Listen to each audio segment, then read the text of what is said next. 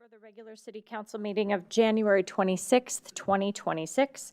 Members of the public are invited to attend in-person meetings in council chambers. Public access is also available by telephone by using the call-in numbers posted on the meeting agenda. Tonight's meeting will be broadcast on the city's YouTube channel online. Will the clerk please call the roll? Mayor Leidy. Here. Mayor Pro Tem Lukman Haramasa. Here. Councilmember Burns. Here. Councilmember Severs. Here. Councilmember Kondo. Here. Councilmember Roper. Here. Councilmember Goff will be absent. Councilmember Nowicki. Here. Councilmember Leidy. Here. Thank you. Please join me in the Pledge of Allegiance.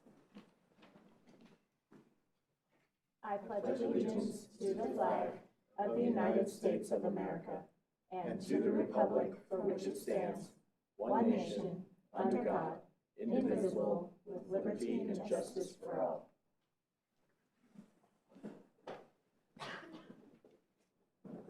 City Manager Guyer, are there any responses to resident inquiry? Nothing this evening, Mayor and Council. Thank you. Thank you. Any additions or deletions to the agenda this evening? No? Okay. Next up is public invited to be heard. This is an opportunity for public comment on any item not set for public hearing. Statements are limited to 5 minutes per speaker. Statements must be related to city business and limited to matters of community interest. City Clerk Small, is there anyone signed up tonight? Yes, Madam Mayor, there are 5 individuals signed up on the list. The first person is Tom Lampo. Welcome. Please state your name and address or ward and provide your comments to council.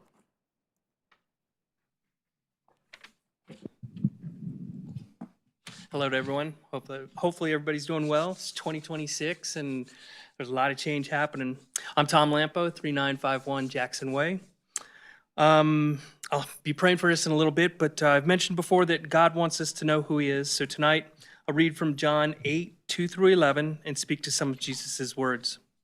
Early in the morning, he came again to the temple. All the people came to him and he sat down and taught them. The scribes and the Pharisees brought a woman who had been caught in adultery, and placing her in the midst, they said to him, "Teacher, this woman has been caught in the act of adultery.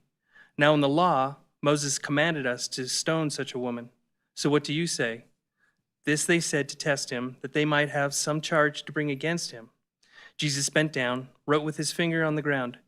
And as they continued to ask him, he stood up and said to them, "Let him who is without sin among you be the first to throw a stone at her."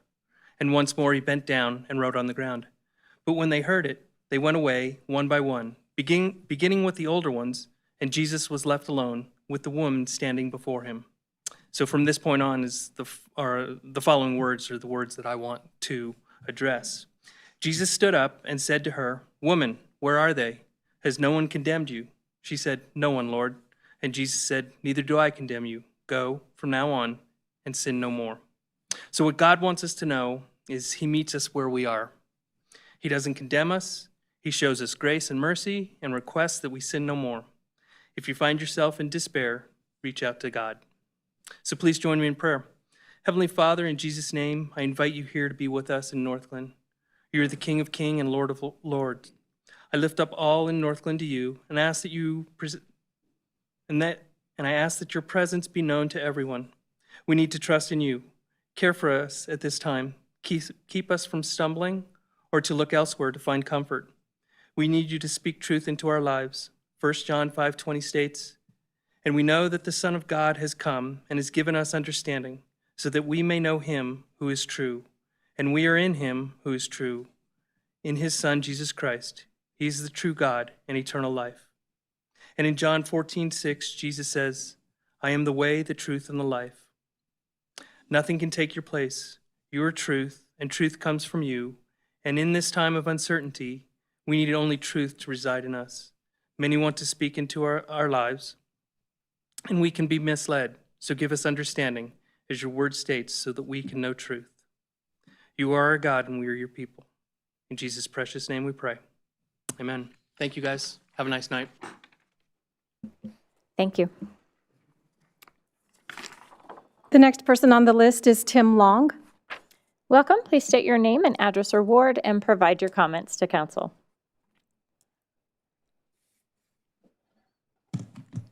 Good evening. Tim Long, 10661 Utrillo Lane, Northglenn, Ward 4. I hope this new year is treating you and yours and your family well. Westminster just implemented a new transparency portal. It tracks every dollar that comes into the city and every dollar that's spent. Maybe you want to check it out and suggest to some of the hierarchy in Northglenn if you believe this has value. I certainly do. Because, ladies and gentlemen, I firmly believe that somehow you're not very good at math. You've had your way for several years, especially some of the senior members on the council, and you've kind of directed things the wrong way. We've got long-term debt, and the interest on the long-term debt does not provide services. Your rainy day fund is getting dry, and you've lost in your tax revenues 3 years running. I believe you have misplaced priorities when it comes to where you spend your money. I do believe that the legacy of the founding fathers of Northglenn, rather than honoring them, I see that you are appropriating their legacy in monies misspent. And dare I say that you've put a freeze on all salaries and wages throughout the city. I just truly hope you can keep the police force at home so we don't have more people being poached. And as far as what's taking place in your operations, I'm still a strong believer in the fact that you have a great deal of agendas worth of administrivia, is what I call it. Some of the details you might be leaving to senior management to do their work instead of you always making decisions on their behalf. And I think that's getting a little frustrating. If I were on the city's senior leadership, I would be frustrated, which might point to the fact that in this last year, you've lost 4 qualified professionals out of your senior management. Your director of planning has left. Your director of communications has left. Your deputy chief of police is left and replaced. And dare I say, we've lost our chief of detectives as well. 4 qualified professional people that are no longer with us helping the city. And I think this is really somewhat of a travesty, to be honest with you. And freezing wages, salaries for the folks when they're working extra hard, like the police officers, they have a shortage of staff just now.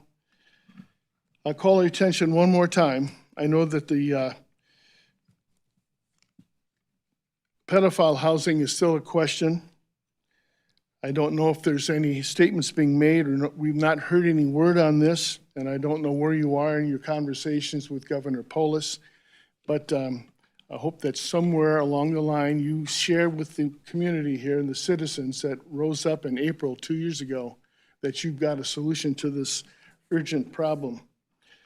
And I will say this also, and I know that the state has written its own statutes to this effect, but Democrat anti-ICE rhetoric is getting people killed. No citizen has the right to obstruct federal law enforcement. In fact, it is a felony to do so. I'm just calling your attention to it. Public safety is the most important thing. It's one of your strategic planning points that you make to everyone. I'm just saying public safety is critical, and this whole situation taking place across our country does have an effect. And it does have a reach into our community, small as we are.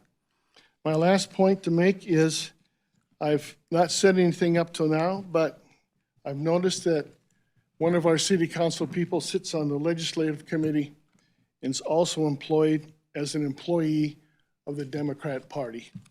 And even though the city attorney always says that you are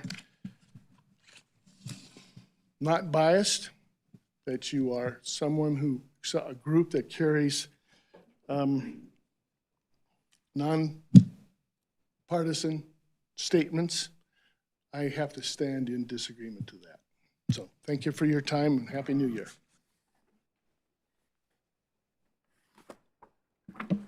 The next person on the list is Jason Bailey.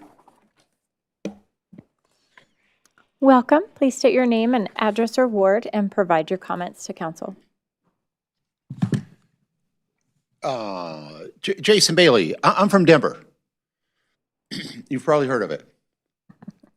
I'm here to talk about the financials here. I've been informed that City Council's talking about debt, taking on new debt here in the near future. So what I do is I work to defeat government debt because government debt is counterproductive. And I'm seeing that Northglenn is talking about taking on somewhere between 16 million and 23 million in debt maybe in the next year or two.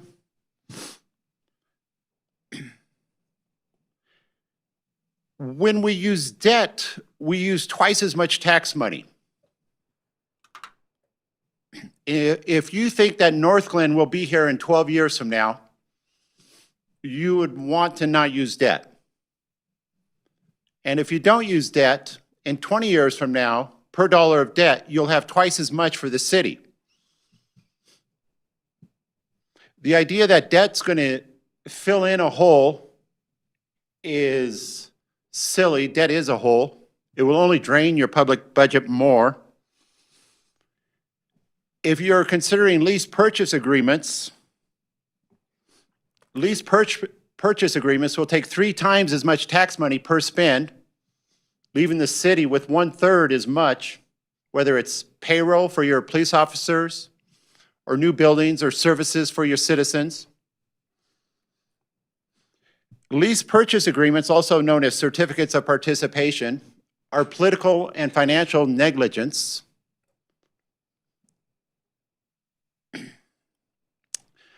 Bonds pay for nothing.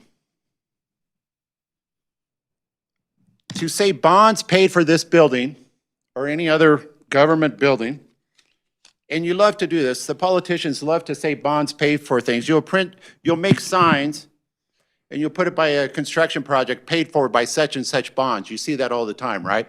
That's like saying I went to the grocery store and my credit card paid for it. Doesn't that sound silly? It's the exact same logic. Bonds are a document telling us how much do we owe the bank. That's it. They pay for nothing. The taxpayer pays every single penny, and fees and fines are tax money, of course. Every single penny. It's the only money you have. You have no investors. No investors. You have tax money. People don't invest in the government. We pay our taxes. That's it. That's all you have is tax money and expense. Dear government, you have no capital. Capital is money we put into a business. We call that capitalism. Government is not capitalism. Government is government.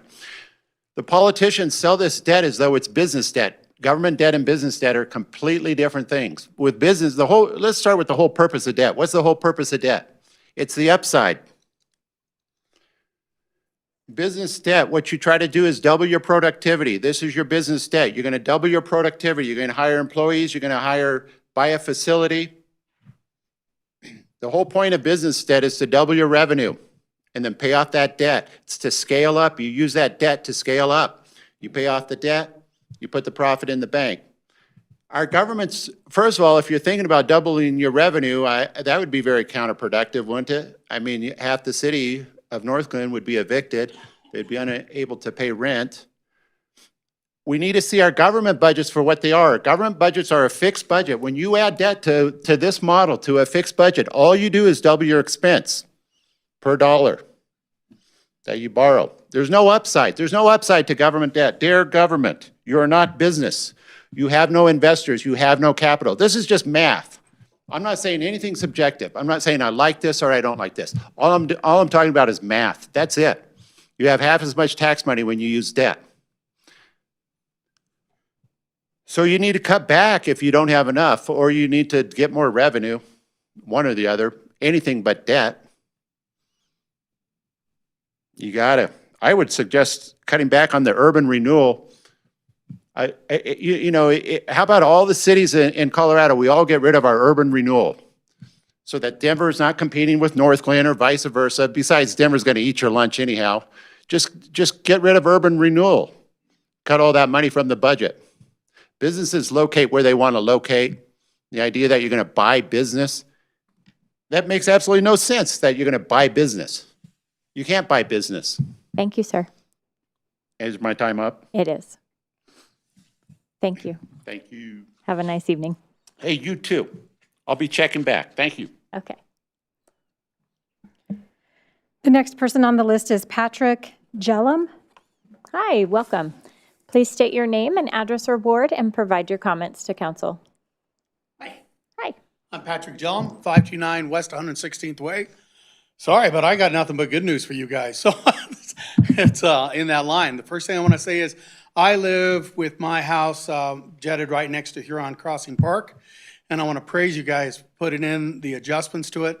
There's 2 new street lamps that are there.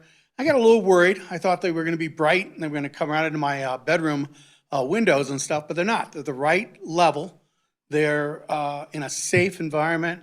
I'm extremely pleased by that. I mean, kids can play basketball. I don't mind the sound of a basketball bouncing around and hoops being shot.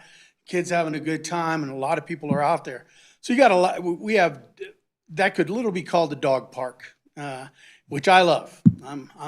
I'll give a dog treat to anybody out there.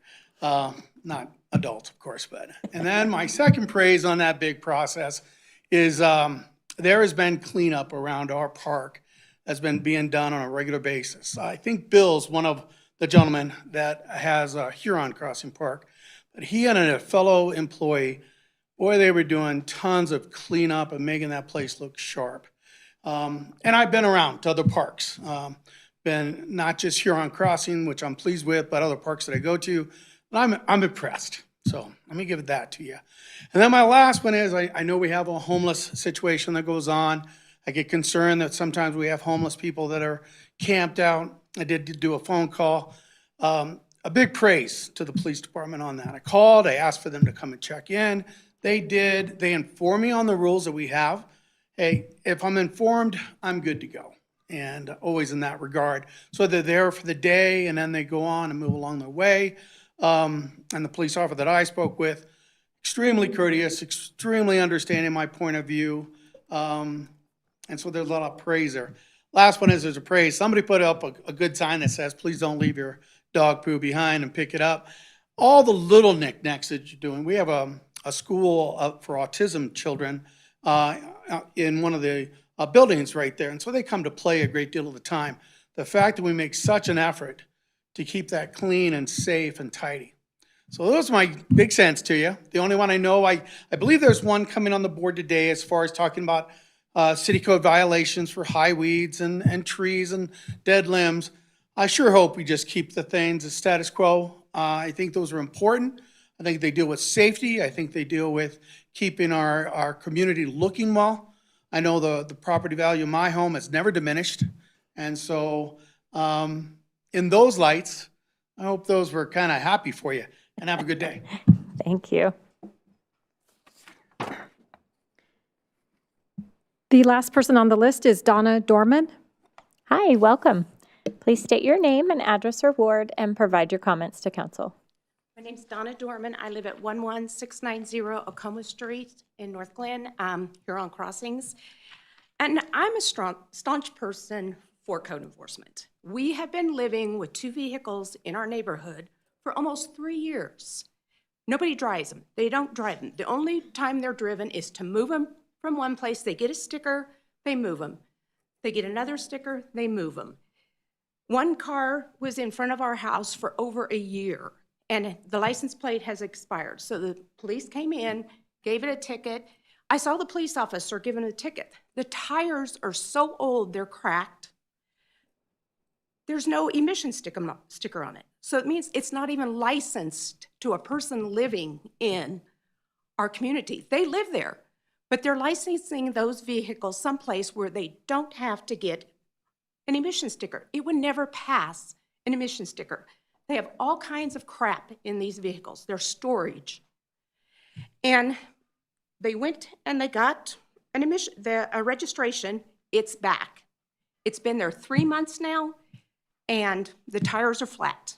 So my concern with code enforcement is like when you're ticketing somebody for 3 years, you're babysitting them. There needs to be something done. Are these abandoned vehicles? There's 2 laws, abandoned vehicles on your personal property, abandoned vehicles on public property. These vehicles are abandoned.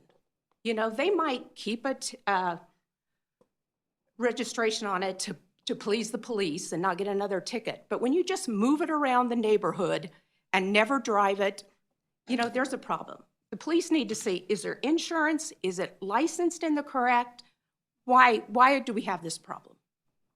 So I am totally staunch, and I mean, I'm going to start, I downloaded the app, and you know, it's our community. It needs to be cleaned up.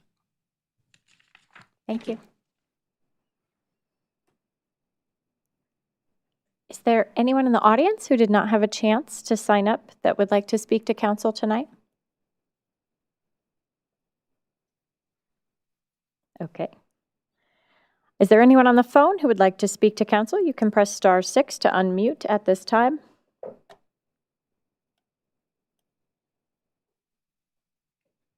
Okay, hearing none, we will move to council communications. We will start with Ward 1. Councilmember Burns.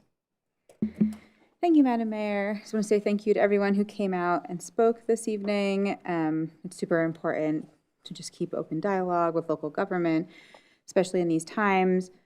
I want to say my heart goes out to everyone in Minnesota who's being affected by, well, the murders, kidnappings that's been going on. I would like to say, from like an actual like a communications update, I got to attend my first NLC Young Municipal Leaders meeting this afternoon. We discussed EMB, hot topic across the country. It was definitely a first kickoff, and I think we'll see how the group continues to grow. But it was a really cool experience to. Colorado was the only state to have 2 of us in attendance as young municipal leaders, which was also awesome. And I'm excited to have the Finance Committee meeting tomorrow. Thanks. Councilmember Leidy. Thank you, Mayor. First, I would like to thank everyone who came out to speak tonight. It's really important that you continue to use your First Amendment right. I would also like to echo some of the things that Councilmember Burns said. I would like to say that I stand with the people of Minnesota who are protesting right now the violence and injustice in their communities. The action of ICE in Minnesota is not okay right now and should never be happening. No one should ever fear living or simply existing in their community. My heart goes out to the families who are grieving and the community that is still suffering. Thank you.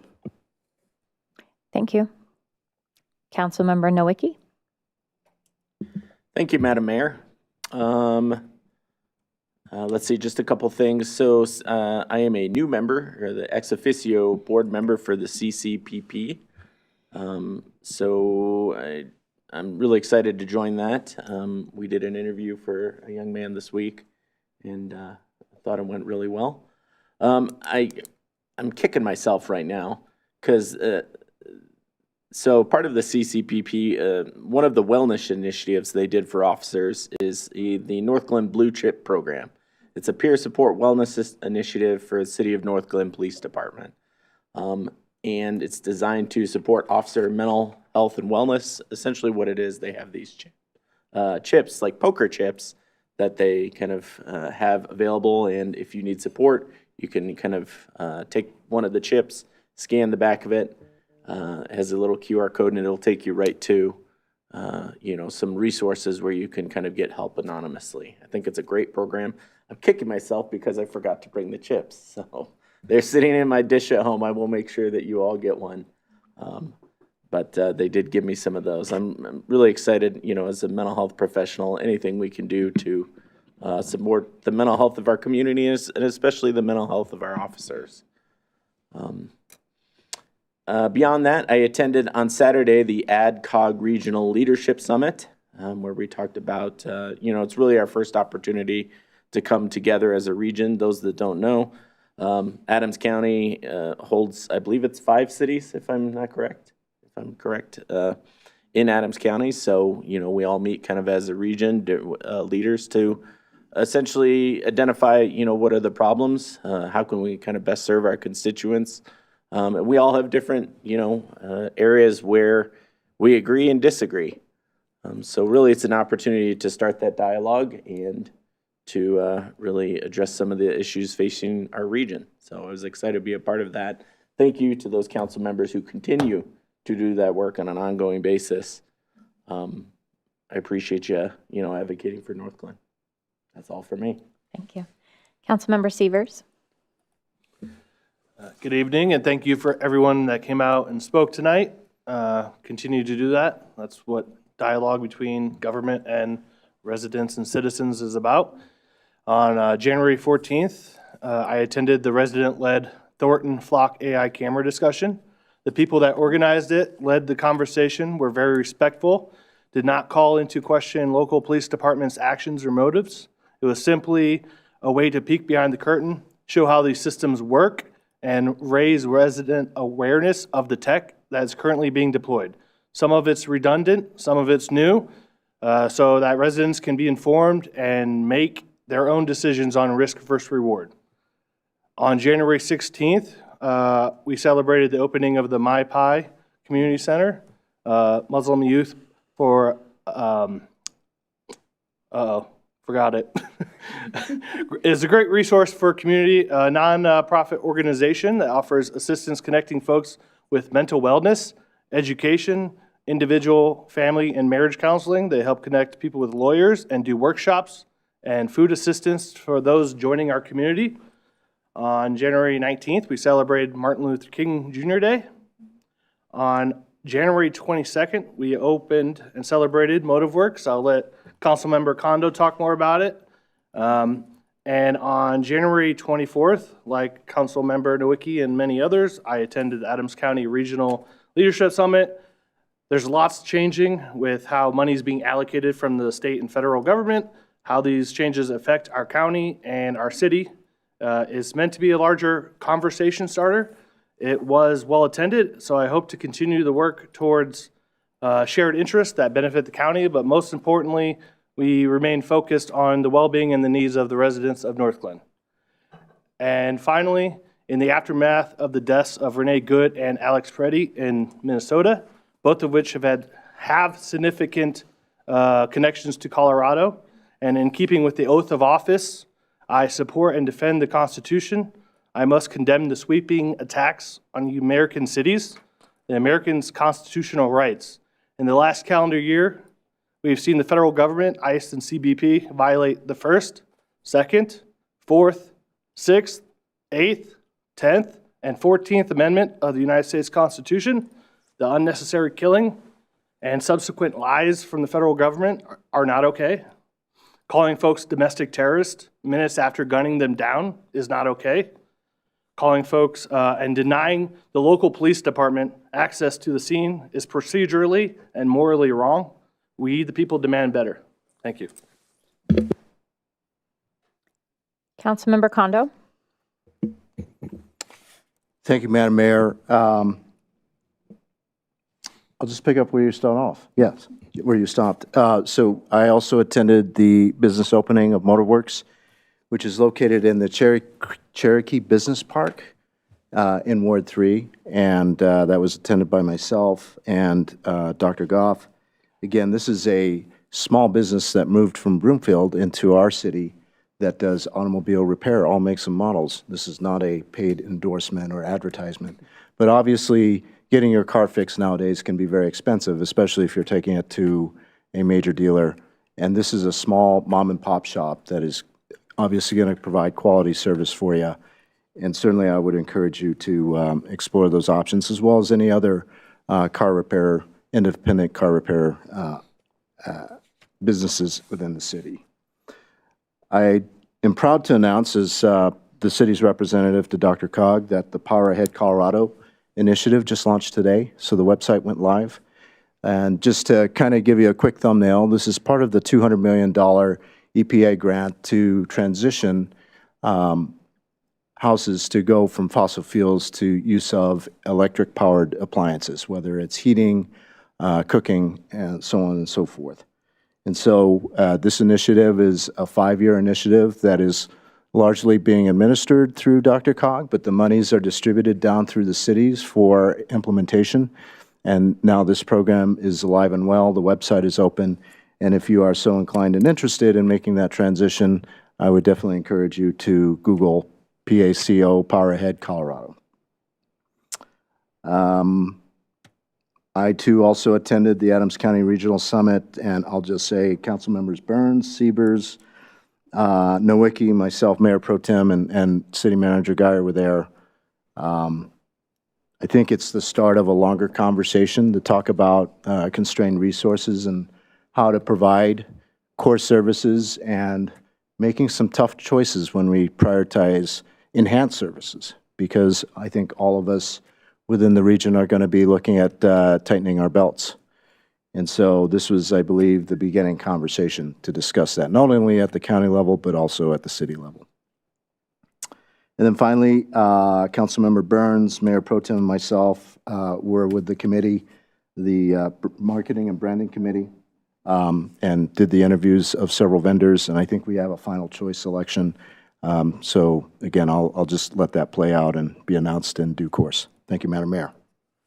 Thank you. Councilmember Roper? Thank you, Madam Mayor. I definitely want to echo everything that my council mates have said, but I won't dwell on it. And otherwise, no new news from me. Thank you. Mayor Pro Tem? Thank you, Madam Mayor. I'll also start by saying thank you to everybody that came out and spoke. It really is important for us to hear your voices, all the voices, whether everybody agrees or not. I hope that continues, so thank you for doing that. And I will also echo what other council mates have said as well with everything going on. And I won't add to that at this moment. Very well said already. In terms of what I've been up to for the last couple of weeks, it feels like we've had so many breaks in between, so it's good to be back. The Family Justice Center Communication, Engagement, and Education Committee has started meeting again. We have another meeting on Wednesday, so I think I'll go ahead and wait to debrief you all on any updates until we have our meeting this Wednesday, so I have a little bit more information.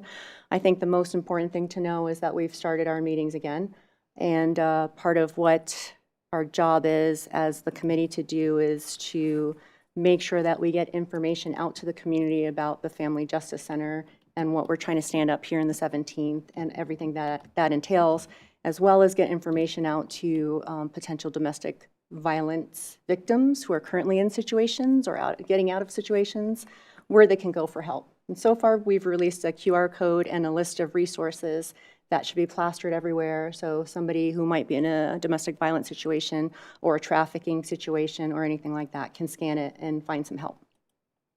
So more to come on that. On the 14th, the Business Retention and Expansion, BRE for short, met.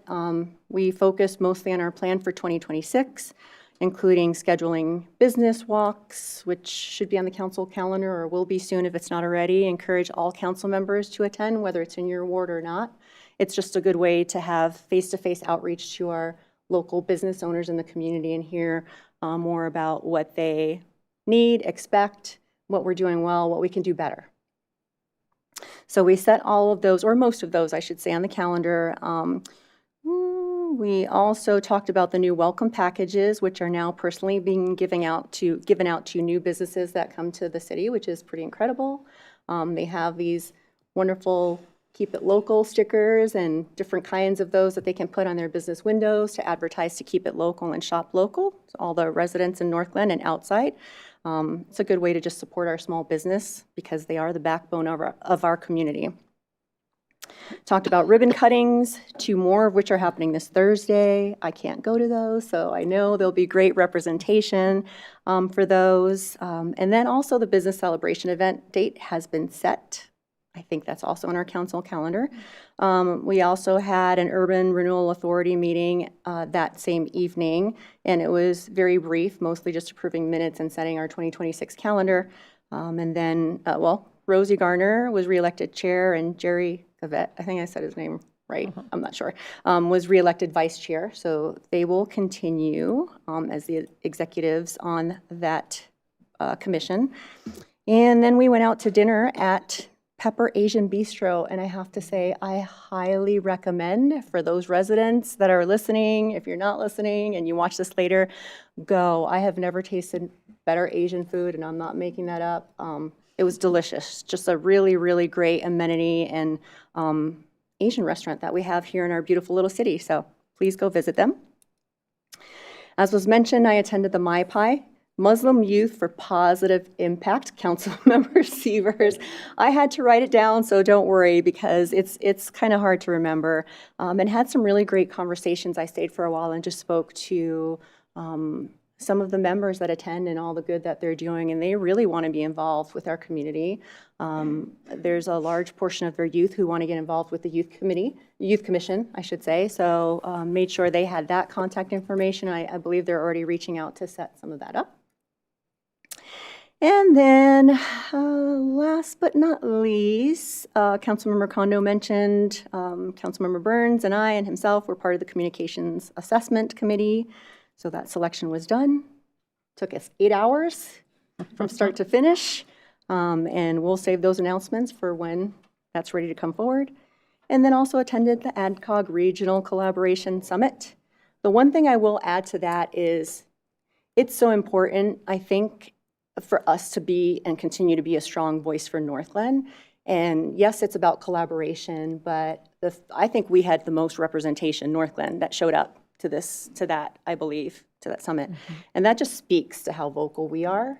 And with initiatives like the Family Justice Center, no, they aren't going to be free, and there is going to be funding discussions, and that's really important. So I want to make sure that we have the county's ear, and it goes both ways. That's all I'll have to say about that. Thank you, Madam Mayor. Thank you. I want to start by thanking Councilmember Sievers. Your comments were so well said. I couldn't do better, but I wanted to thank you for elevating all of that. It was very beautiful. I missed the Adams County event on Saturday because we had our Metro Mayor's Caucus retreat for the full day, and that was a very valuable use of my time representing our city as well. And as vice chair this year, I was able to lead quite a bit of the retreat, and it was very fun. We also had some legislators there as a panel to talk about collaboration and how we can work really well with our state leaders. We had candidates for governor there as well, speaking to us and giving us, their time and platform. We reviewed our strategic principles and went through the work that we're going to do this year. So the Metro Mayor's Caucus, for those that don't know, it is a group of 38 mayors in the metro region. We work collaboratively on nonpartisan issues and really advocate for all of our residents. It's a really great group, and it has a lot of value for our city. Speaking of retreats, we have a really fun one coming up. On Saturday, we will have our city council retreat. I'm looking forward to that. I have a few surprises up my sleeve, but we will be doing some business. So please do not forget your council orientation binder, because we will go back into that for a little bit. I also today recorded my Mayor's Monthly Minute and also an interview with Channel 7 about the opening of Odellberry Park. And I want to thank the Parks team for the sign that is now on that property, letting all of our residents know as they drive by that a park is coming soon. And so that's really exciting. Let's see, I have a messy list here. The final thing, I know everyone started with thank you for coming to give us your input. We sometimes have council meetings where it's an empty room and we do the business, we do really good work, but it's much more fun to have resident collaboration, to have you come in, give us your input, your feedback. And I think Tom has already left, but if we had frequent flyer miles for Mr. Tom, he comes every week and is so supportive and kind, and we do appreciate that. But I do want to caution residents, if you hear things, if you watch it back later, if you're sitting in the audience, if you hear things that you're questioning, please reach out to us, because there are some things that are misrepresented. There are some assumptions that are made. There are false statements made at the podium. And if we just let it sit and you don't ask those questions, then we could all move forward with misinformation. So we want to make sure if you hear something concerning, if it has to do with the budget, if it has to do with our staffing changes, please reach out and ask us, and we are happy to give you the facts. But definitely there was some misrepresentation tonight. And thank you again for being here. City Clerk Small. Thank you, Madam Mayor. I have one quick item. I wanted to announce that the City Clerk's office will hold our first Passport Saturday of 2026 on February 14th. I wanted to mention it tonight because sometimes it takes a little while for customers to get their paperwork in order and to find those important documents. So people will be able to access City Hall that Saturday from 9 to 3 to apply for a passport book or a card, which can be used for travel or can also be used for an additional form of identification. Appointments can be made online on the website or by calling the City Clerk's office. Please give us a call at 303-450-8756. If you're looking online and you don't see the appointment time that you would prefer, it's possible that we can open additional appointments. The event also serves as a kickoff for our next donation drive, and that will benefit Odin's Outpost Resource Room, which is located in Northglenn High School. Customers will receive a free passport photo if they bring in a donation of a hygiene product or non-perishable food items. The donation drive also runs for a month, so that goes through May 13th. And it is not just for passport customers. It is open to everybody in the community. If there are folks out there who have a desire to give, we would encourage you to drop by the City Clerk's office and we would gladly accept your donation. And then please just give us a phone call if you have any questions about the passport application process or the donation drive. Thank you. Thank you. City Manager Guyer. I do not have anything this evening. Thank you, Mayor. Thank you. City Attorney Hoffman. Good evening, Madam Mayor, members of council. I too have nothing to report this evening. Okay, thank you. Moving to the consent agenda, is there a motion to approve? Motion to approve. Second. Please open the vote. You guys are misrepresenting your financial reports. Sir, have a good evening. Please open the vote. The vote is open. Thank you.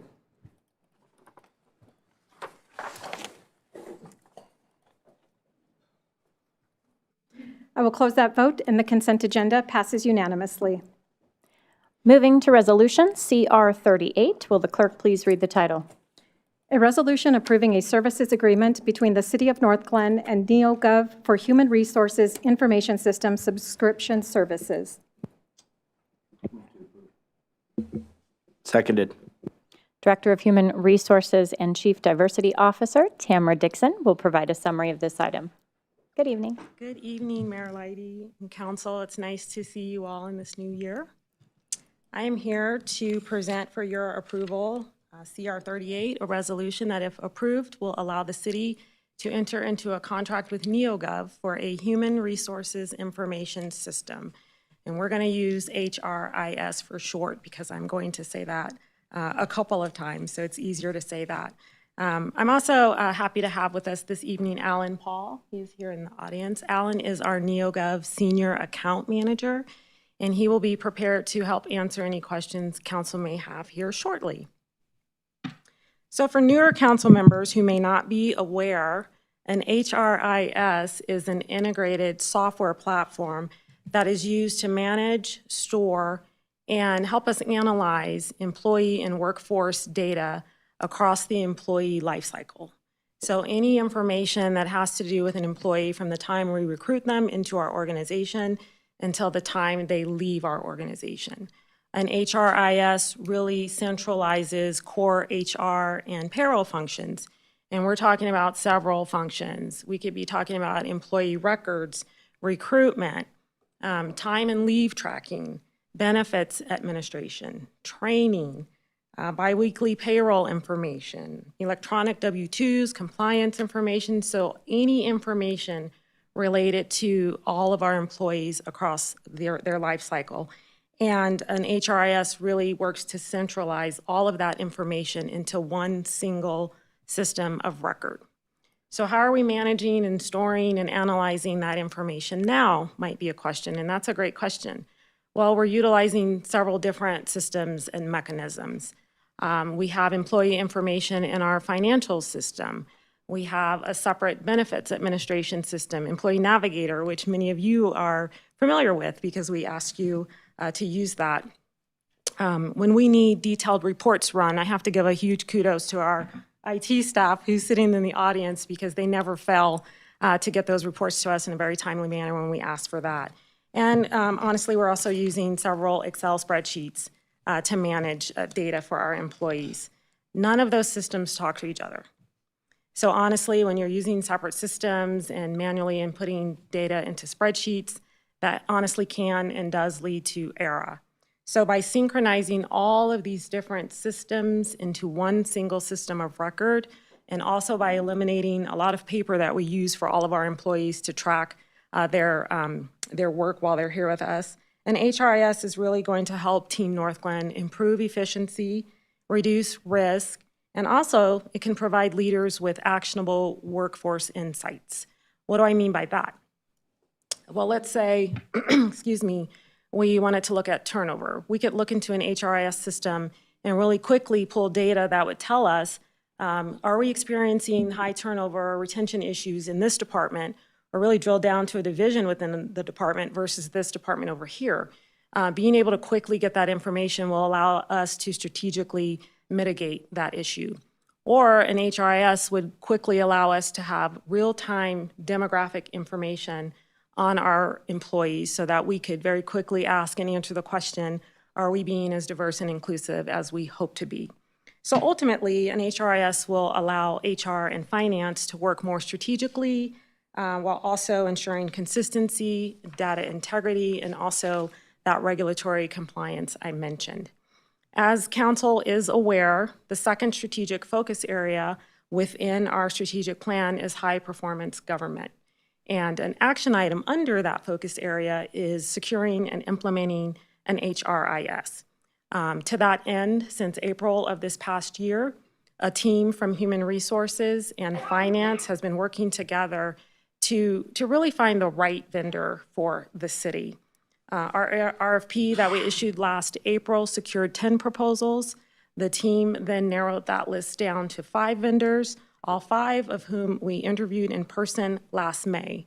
So the team then looked at all the proposals, how they showed up in the interviews, firm qualifications, as well as cost of services, and the team does recommend awarding the contract to NeoGov. Of note, and I mentioned that Alan is our current senior account manager, the city currently utilizes NeoGov's applicant tracking system, or ATS. And you can tell I like acronyms, right? An ATS is another software system that automates and streamlines our recruitment process, but it's another single system, and that system also does not talk to the other systems that we use. So the team really feels by awarding the contract to NeoGov, that's going to allow more seamless implementation and also enhanced system integration. So costs for the 5-year agreement with NeoGov were outlined in the memo, but I'd like to highlight that first-year cost of just under $145,000 are already included in the 2026 adopted budget. Subject to annual appropriation, the proposed contract will renew for successive 12-month terms unless the city or NeoGov elects not to renew. With all of that said, I'm pleased to say that staff recommends approval of CR 38, and we'd love to take any questions council may have at this time. Councilmember Kondo.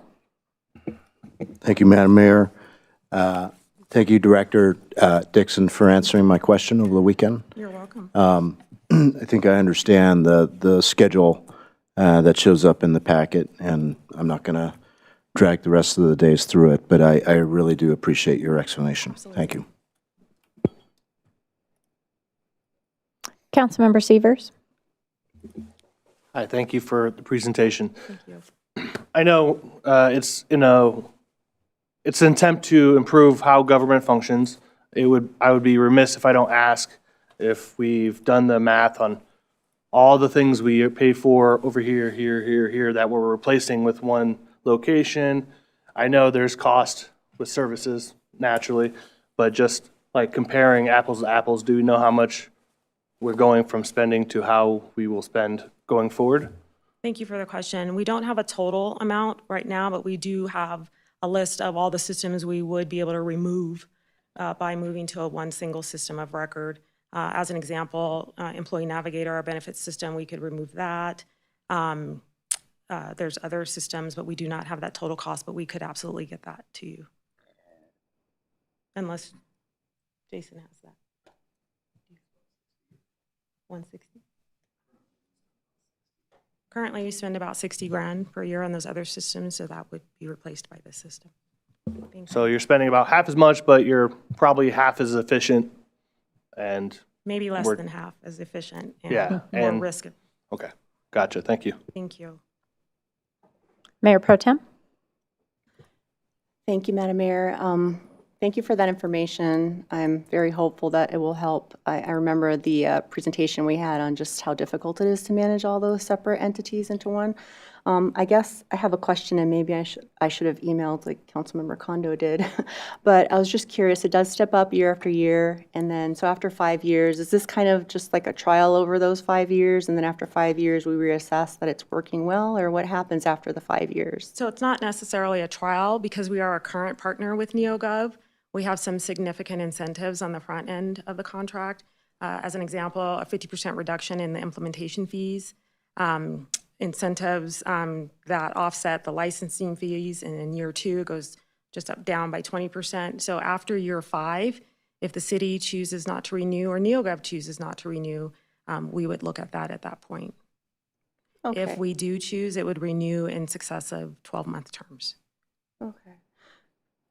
I guess that makes sense. I was just wondering why it just stops at year 5. So I guess assess at that point. And then maybe a dumb question, but I'm assuming NeoGov is probably providing extensive training because I'm sure it's a whole new training process. And about how long will that take to kind of get caught up to be able to use it like efficiently? That's a great question. Having implemented HRIS systems in other organizations, yes, there is a full-scale training plan that we will have to develop. NeoGov will support us in-house training, online training. Once NeoGov has handed us off, we will have ongoing open labs with employees, going out to departments to help support. But yes, there will be a full-scale training plan, separate employees, one for managers to teach them how to navigate and make approvals in the system, one for those of us who are actually on the implementation team. So yes, there will be a full-scale training that would occur the first month. Okay. Thank you. Thank you. So I have a question. So going back to the memo, it says that it's a 5-year agreement subject to annual appropriation. Yes. So this is one of those kind of invisible benefits to residents. They're not going to see this. And so what I was wondering if there was a way after we get it up and running that we could actually calculate some cost benefit analysis so that we can share that with residents. It's hard to pin down, and it's a lot of money. Absolutely. And so it seems expensive to me. I understand it's the price of the product, but that seems like a lot of money. And then when you add it all up in the 5-year agreement, it's a bigger number, right? So how can we make sure that we're explaining it to residents in a way that says, yes, this keeps us efficient, Yes. and really being clear about the cost benefit? Because I don't know, that number's big. And if it's twice what we're currently spending. Thank you for that question. I am prepared to, once, if approved, once we implement, to provide what those short-term successes are, what the midterm and long-term. We'll be developing what those measurements are, whether they are how much time we've reduced in putting a new hire. Currently, it takes 82 steps to enter a new hire, and that takes my HR business partner 2 hours.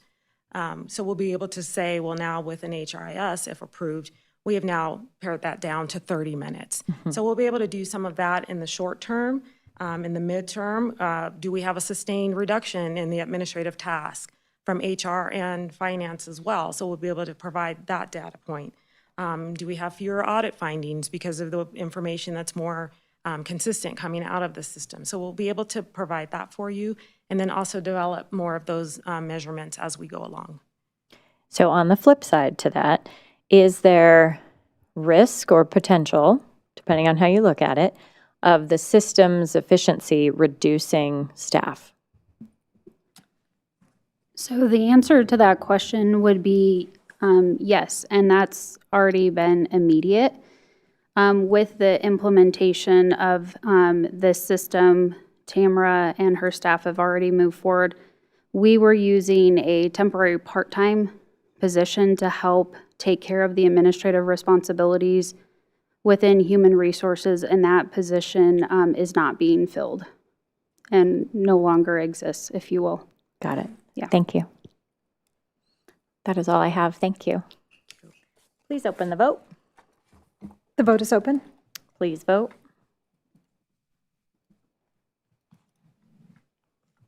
Find it myself.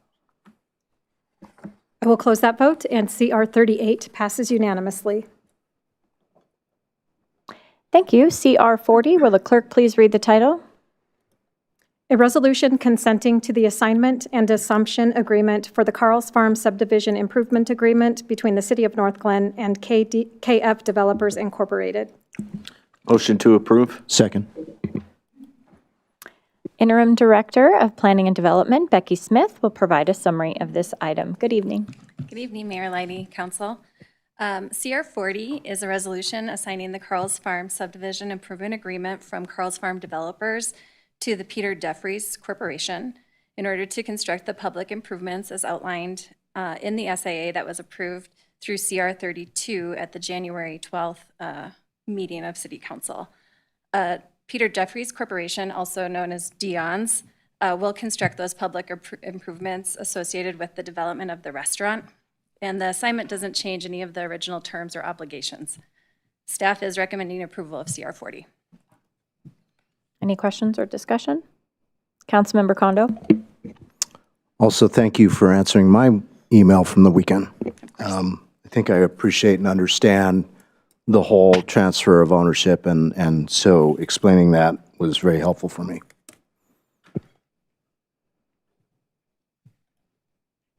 Okay. Thank you. Please open the vote. The vote is open. Please vote. I will close that vote, and CR 40 passes unanimously. CR 41, will the clerk please read the title? A resolution appointing a Ward 1 member to the Diversity, Inclusivity, and Social Equity Board of the City of Northglenn, Colorado. Motion to approve. Second. All right, Samuel, come forward. So please take a minute and introduce yourself to council and let us know why you're interested in serving in this way. Sure, yeah, I'm Samuel Gomez. I live in Ward 1 in Northglenn. I've been in Northglenn for about 2 years now with my wife and our 2 boys who are at home, Aaron, who's 7, and Julian, who's 5. And, you know, we love living here. We love the community that's here, and I think, you know, right now it's really important for Northglenn to continue to celebrate and make everyone feel included, no matter what background they come from. You know, a lot of minority communities are scared right now just to be in public and be in places where they can feel at home and welcomed and celebrate where they come from, right? So I think it's important for us to come together as a community to ensure that we're celebrating everybody. And I'm excited to be on the dice board and continue that work. Nice. Do we have any comments or questions? Councilmember Burns? Thank you, Madam Mayor. Thank you so much for being here tonight. I'm so sorry I missed the chance to talk to you one-on-one. Work got a little crazy that day. But just thank you so much for stepping up and for our ward. We really appreciate it. Thank you. Maddie said great things about you, or Councilmember Lighty said amazing things about you. Thank you. Councilmember Kondo? Thank you, Madam Mayor. Thank you for stepping up and being involved in civics. I will tell you that I had coffee with a young lady on Sunday, and I think the thing that helped me realize how important it is to engage with residents is just to have as many touch points as possible. And there's only 9 of us. But when you have other committees like the Dice Board or Parks and Rec and so on and so forth, that really extends our reach and opens up the aperture. So we're hearing from a broader base. So again, I really appreciate your willingness to do that. Councilmember Severs? I just want to say thank you for stepping up when times get dark, you know, you got to get out there and shine some light. Exactly. So I appreciate it. Thank you. Mayor Pro Tem? Thank you, Madam Mayor. I just wanted to say thank you for stepping up. I mean, it's so important for our residents to volunteer, especially when you want to see changes in your community or you just want to be a voice for others. I think this is the way to do it. So I look forward to seeing everything you're going to do on the dice board. Thank you for serving. Thank you. Councilmember Leidy? I want to say congratulations and hi. It's good to Hey, see you in Max. person, not through a glitchy screen. Yeah. I'm so excited as someone who just came from the dice board. It's a great place to be. I wish Councilmember Goff was here. She's the liaison and she spends a lot of time with you guys. It's the best. It's so much fun. But thank you so much for wanting to serve, especially Ward 1. We got to represent. We're pretty cool. Happy to so do it. Yeah, I thank agree. you. Congratulations. Well, congratulations. Thank you so much. It's lovely to meet you, Thank you. and we look forward to working with you. Thank you. Have a good night. Appreciate it, guys. Okay, we have 3 discussion items. We're going to, Madam Mayor, I'm so sorry. Yes, we are going to vote. Please vote. the vote is open. I was just so excited, I skipped right over that. I will close that vote, and CR 41 passes unanimously. Okay, actually, what I am is nervous. I don't know how to say the next word. So I started looking down. I'm like, can't even. Semi-quincentennial celebration update. So it's the 250-150. I can say that. So welcome to our Arts, Culture, and Community Manager, Michael Stricker, to present this item. It is indeed a mouthful. Good evening, Mayor Leidy and City Council. Thank you very much for having me here tonight. I always look forward to presenting to you. For those of you that I have not met, I am the Arts, Culture, and Community Manager. I help manage the Parsons Theater, the Senior Center, our public art program, and smaller events like the one we're talking about tonight. I'm also the director of the Northglenn Arts and Humanities Foundation, so I did want to point out that our chair is here tonight. Jill Parsons is joining us, and she's the chair of the Northglenn Arts and Humanities Foundation. So again, thank you for having us. Get this going. So tonight I'll be sharing the planning in progress for the Sesquicentennial celebration on August 1st, 2026, and request feedback from council on the event and next steps. As you know, this year marks the 250th anniversary of the United States, which is the semi-quincentennial, and it is also the 150th anniversary of Colorado's entrance into the Union, our state's sesquicentennial. As the centennial state, Colorado is the only state that will observe twin anniversaries, our sesquisemi-quincentennial. Information and guidance for the anniversaries has actually been provided by the America 250 Colorado 150 Commission. The commission was established by Governor Polis and the Colorado General Assembly and is now housed at History Colorado. The commission brings together leaders from across the state to guide this historic milestone. That is the commission's logo you see on the slide there, and I also see on the dais as well. They are not directly involved in our event. However, they have provided great information and guidance online for festivities throughout the state like ours, and also created a grant program of which we'll talk about a little bit more here in just a moment.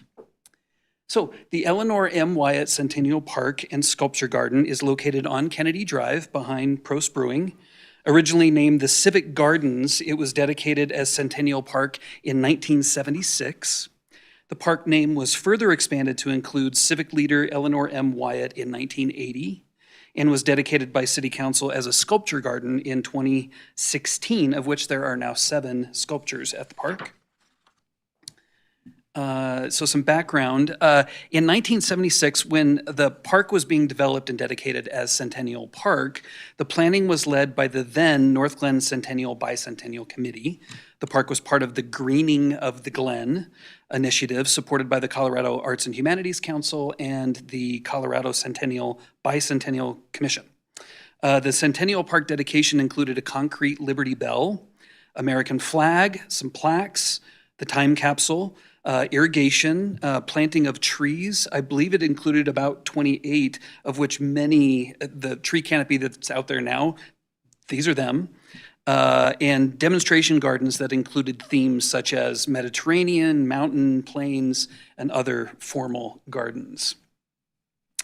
So with regards to the time capsule, in a newspaper article from November 1976, reporter Marjorie Rose Clapp wrote, so if you bear with me, when residents of Northglenn follow instructions to dig up a time capsule in Northglenn Centennial Park 50 years from now, the first thing they'll see when they unseal the cement vault and open the steel capsule is a lot of Tupperware. Eleanor Wyatt, chairman of the city's Centennial Bicentennial Committee, said that's what city officials used for sealing up valuable documents and items of interest and other memorabilia. That she agreed should put the plastic containers to their true test for locking in the freshness and keeping out the dryness.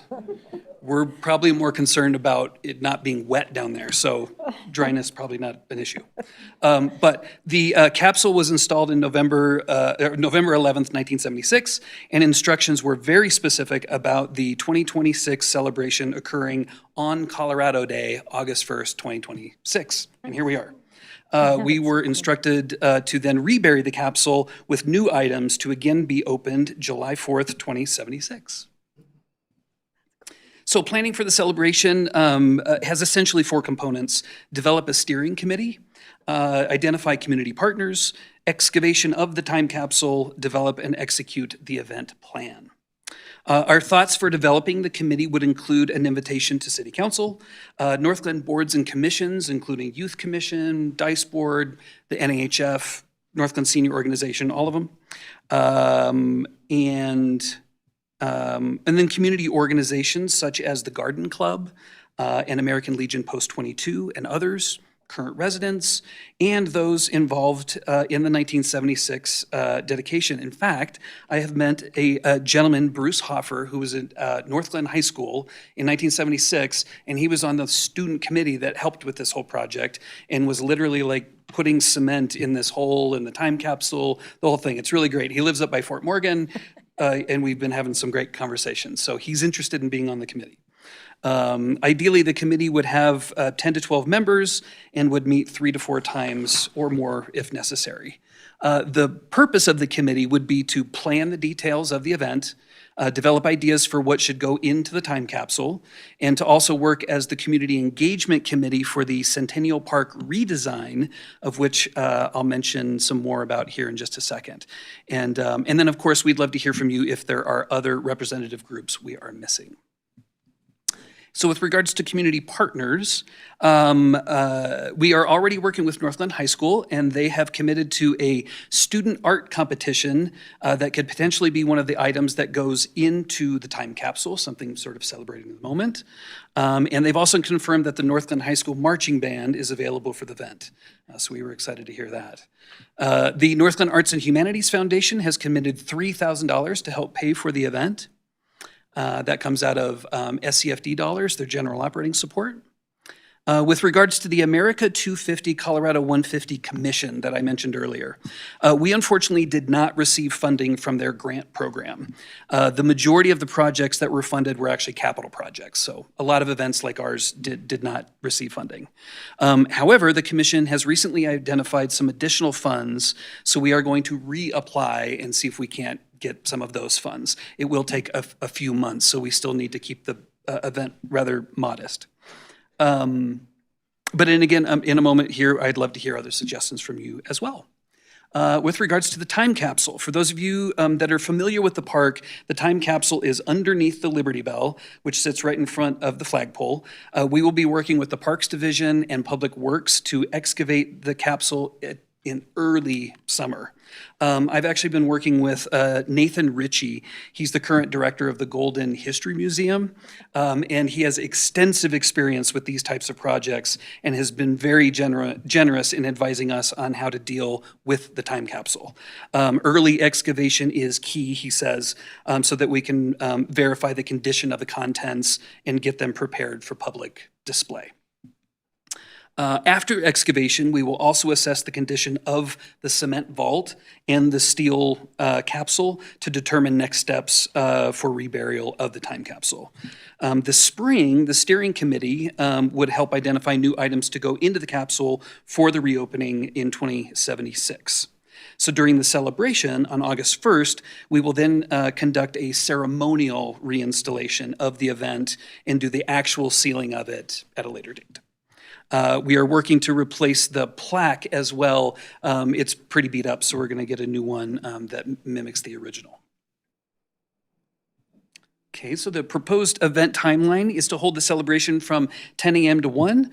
This would include time for guests to participate in activities, view the time capsule contents, get some food, with the major focus of the event being on the ceremony celebrating the occasion.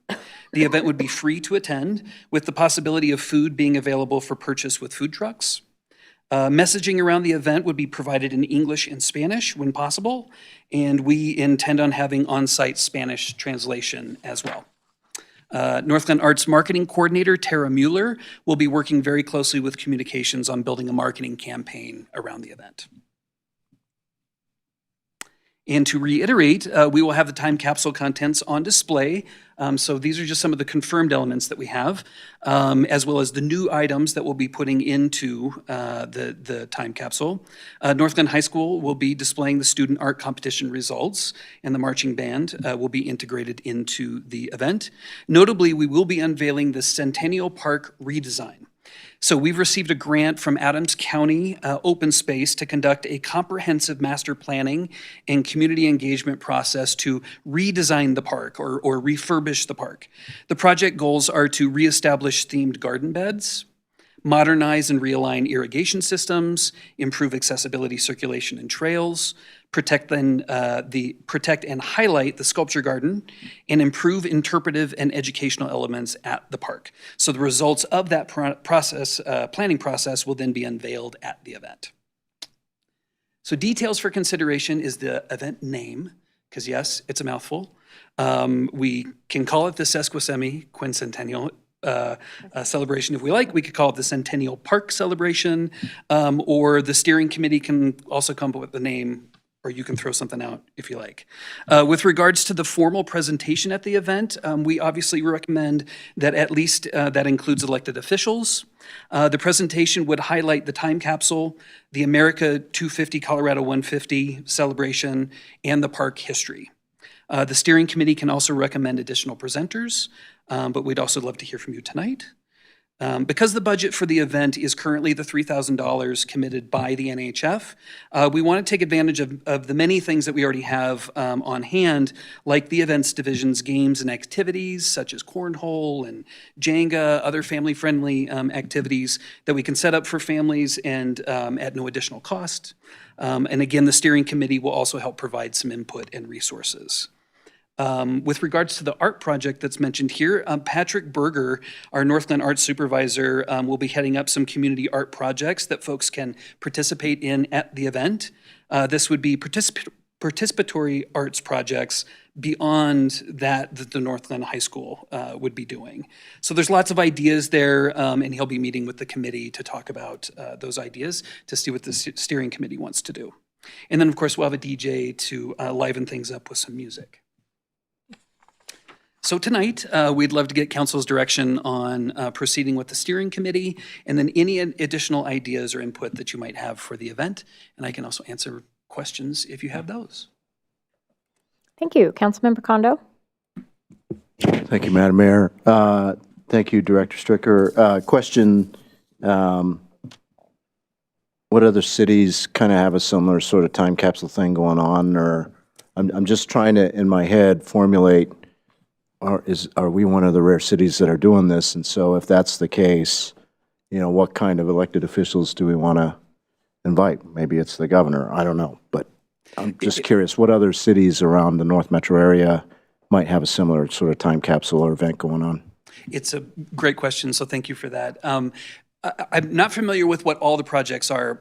Every government, whether it be municipality, all various types of communities throughout Colorado, have some sort of plan. Some are huge projects where they're doing really large, either public art projects or big celebrations. They're building buildings, that kind of thing. Some people are going that big, all the way down to sort of our size. What does make ours unique is this connection to the early days of Northglenn. We were founded in 1969. Here we are already, paying attention to these sorts of things just a few years later. So the time capsule is what makes ours a little bit unique. I'm positive there's probably some other communities that have those, but I'm not sure off the top of my head. But one thing that we would really want to charge the steering committee with is sort of thinking outside the box of who else we could get here for the celebration. Councilmember Leidy. Thank you so much for coming. I saw the community art project and I got really excited. But then I just heard you say big and then our size. So I'm assuming it's the community art project is not going to be like the iron pour that we did for our 50th. Was it our 50th? Yeah, for the 50th, yeah.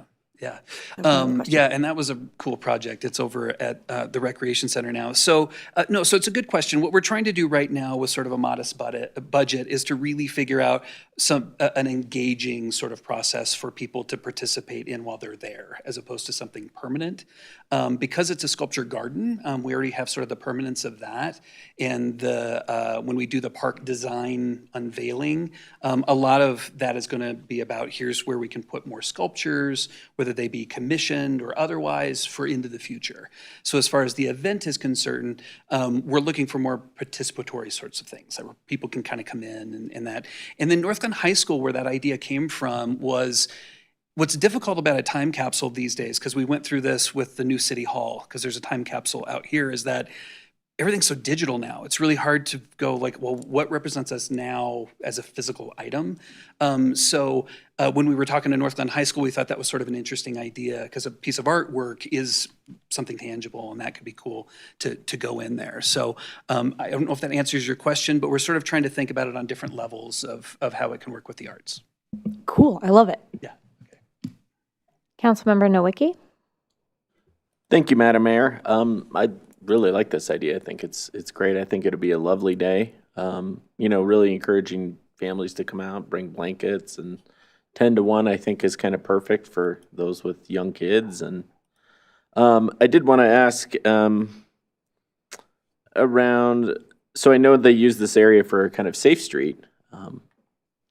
Would there be kind of the same kind of thing, and maybe we're jumping the gun here, but kind of closing down the street, doing things like that? What would the kind of safety aspect look like? Excellent question. So thank you for that. What we're wanting to do, first of all, we're going to be reaching out to Prost Brewery too, because we want to partner with them. So depending on how that works, that'll help inform it as well. It is a little early to have made a decision on it. I do know that we're hoping for a bigger event. So if we are looking at closing down a portion of it, or perhaps utilizing the marketplace, that parking area over there, there's still a lot of work to sort of be done there. But safety is going to be of the highest priority. We'll be working with PD to figure out, once we start to zero in on what the layout of the event looks like, then we'll sort of look at those closures. And at the same time, make sure that if there are any closures, is that we're communicating that out to the larger community, but also to the local community, so that they know if there's anything that affects them. Okay. So it's a sort of a long answer of yes, it's on the list, Gotcha. and something that we're as we get more details from the steering committee, then staff will look at what that footprint looks like. Okay. And certainly kind of partnering with the businesses around there if they're interested, Zinzetti's. I think you also have the Empire, the Kids Place. I mean, maybe they can do some sort of special for kids that day, things like that. So I think there's, some cool businesses there, especially Prost. Yeah, that's great. So cool. I like it. Thank you. Good to see you again, by the way. Yes, good to see you. Mayor Pro Tem. Thank you. So I'm very excited for this. I really love all the ideas that you presented. I think this is going to be such a great event, and I have so many ideas. I do a lot of event planning for my business. I'm like, this is so cool. But I'll just touch on a couple, because you were asking maybe for partnership. So first, I support the committee. I think that's a great idea. And I think the representation for the committee is pretty good, pretty varied, includes a lot of different voices. So that is pretty neat right there. I guess for partnerships, I was thinking like the Girl Scouts like to sing folk songs, and thinking like America the Beautiful, which has Colorado ties too. So it kind of fits the 250-150. I'm not even going to try to say that name. So 250-150 celebration as a partner is one idea, or that awesome choir, of course I can't remember the name, that sings every Veterans Day for the spaghetti lunch. The Colorado Chord Company. Yeah, they're fantastic too. So I just think it would be maybe a nice addition to have some of that patriotic, or at least America the Beautiful.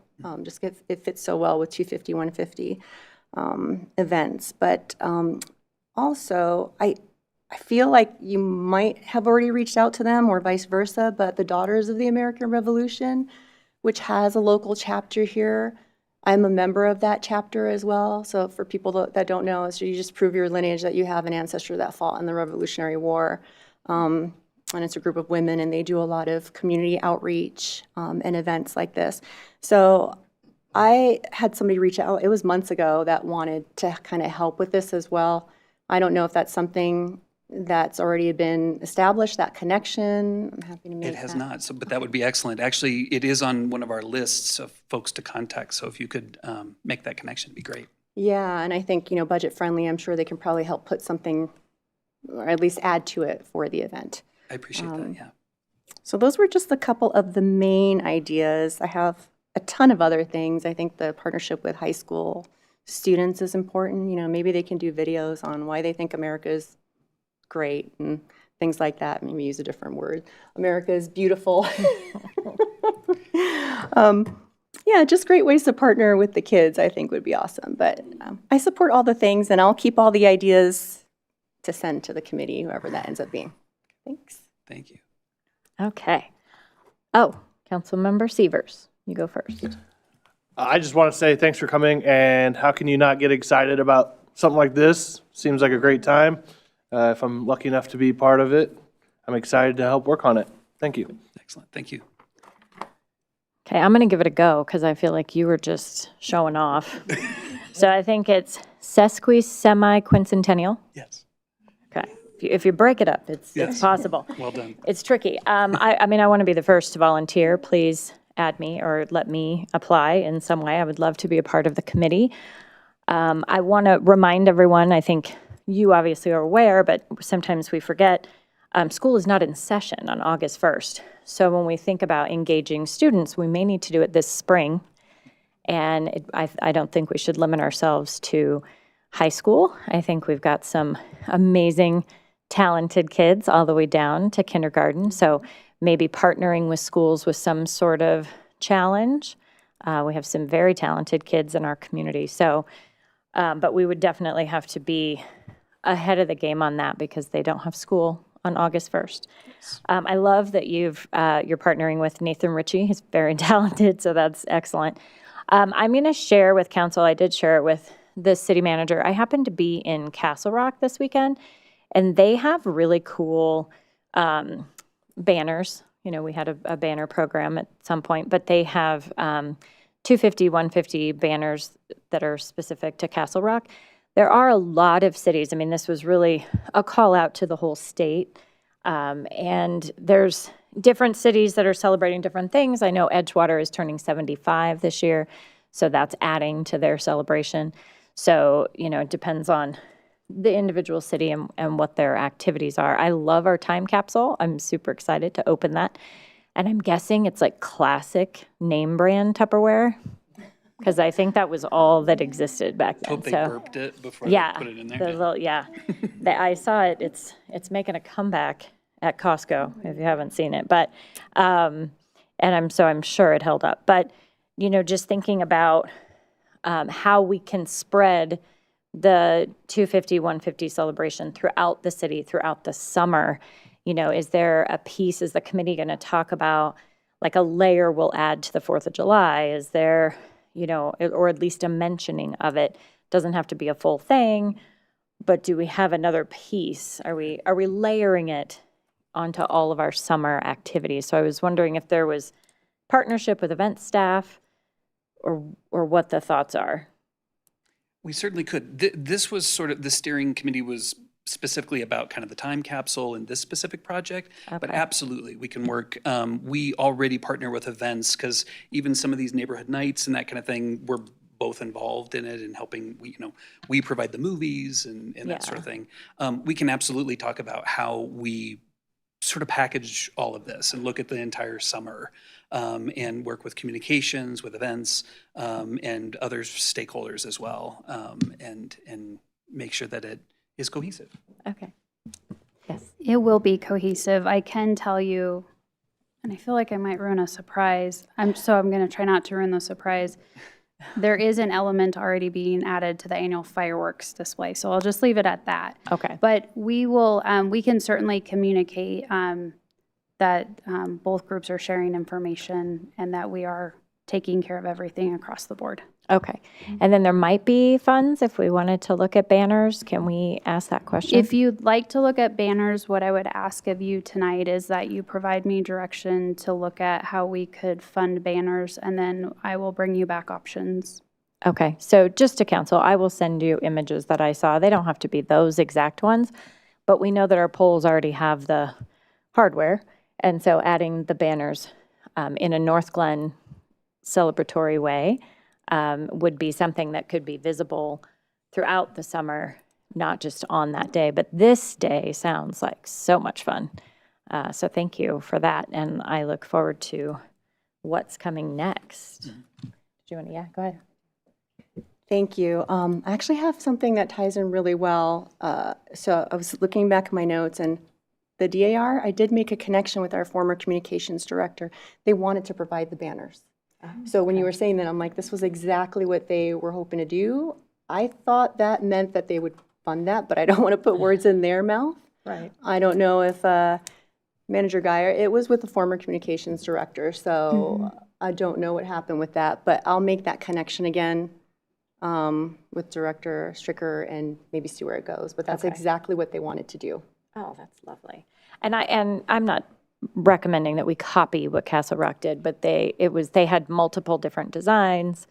Some said, the 150, the 250. I think it was very specific to their community. So if we, had a team, we have a very talented team that could design something that would be Northglenn centric. So maybe I will send the images out to council if you guys want to email Heather directly or City Manager Geyer directly with a thumbs up, thumbs down, any ideas you have about those, and we'll just move forward there.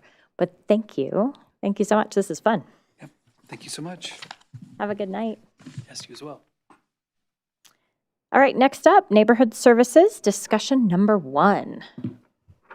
I like it. Interim Director of Planning and Development, Becky Smith, is back for this item. Good evening. All right, thanks for having me back. Michael's energy and excitement is definitely going to be a tough act to follow, but I will try my best with our first of ongoing discussions regarding neighborhood services. So tonight we're really just going to give an overview of the history of the division, provide some high-level data from the division, and then present to you a survey that we'll send you the link to after the meeting and ask you to complete in the next week. This slide just shows the historical context. It goes along with the attachment 1 in your packet, which provides details about each of these transitions and really shows how the department has evolved over the years since the town was incorporated or the city was incorporated with the needs and desires and values of the community. And so as communities change, so do the values of the community. This slide just shows more at a high level how in the early foundations of the Neighborhood Services Department, it was really focused on basic zoning and property maintenance. It had a transition in the early 2000s where it was moved over to the police department. And the focus then was really more on enforcement and public nuisance and safety. In 2008, the Neighborhood Services Department was moved back into planning and development, with the goal of really focusing on neighborhood stability and investment, and then focusing on an approach that was more education and engagement first. And that takes us to the present, where we've really been working on trying to find that balance of enforcement and education. But since communities are always changing, we also need to respond to that. So we have to really reflect on what the community values are and the tolerance levels regarding our code violations. And so with that, the Neighborhood Services Division must adapt to reflect these shifting priorities, and we're really going to try to take the lead from you and aim to reflect what City Council is hearing from your constituents and what your priorities are for the community. So now I'm going to shift into some of the high-level case data because we think it will be helpful in informing how you fill out the survey. So we'll get to the survey after we go through some of the data. This is just a snapshot of our 2025 data. So it's the whole year. And as you can see, 65% of our cases were initiated through Neighborhood Services Division. The rest of the cases were initiated either through a resident complaint, an anonymous complaint, or a staff complaint for the majority. This is just a snapshot in time, so at any given point in the year, that percentage will change because we have times of the year, like in the summer, where our complaint volume goes much higher. So if we took this as a different snapshot, this pie chart would look completely different. This is just an overview of our case numbers over the last 3 years. The numbers provide the number of cases, and then next to it is the number of violations, and the numbers are different because a lot of the properties will have multiple violations that are cited. And then it goes down into where we have compliance, and it provides a percentage of properties that come into compliance voluntarily, and then in parentheses there's a number of cases that were issued summons. This slide shows a breakout of our top 10 municipal code violations, and the reason we've limited it to the top 10 is because the survey focuses on the top 10. We have hundreds, as you know from the code notebooks, of violations that could potentially be cited. However, a little less than 85% of them that are actually found in the community or cases that come in the community are based on these top 10. And we wanted to let you know where the cases originated from, if it was a neighborhood services initiated case, a resident or council reported case for the purposes of the survey. Jason Loveland also took some of the data from neighborhood services because we have a whole bunch of spreadsheets and they're really big and unruly, and he uploaded it into OpenGov so that City Council can use the link, which we'll email after this meeting, to look at the data through different more user-friendly graphs and tools that OpenGov has. And so he's going to pull that up right now just to show you what it looks like.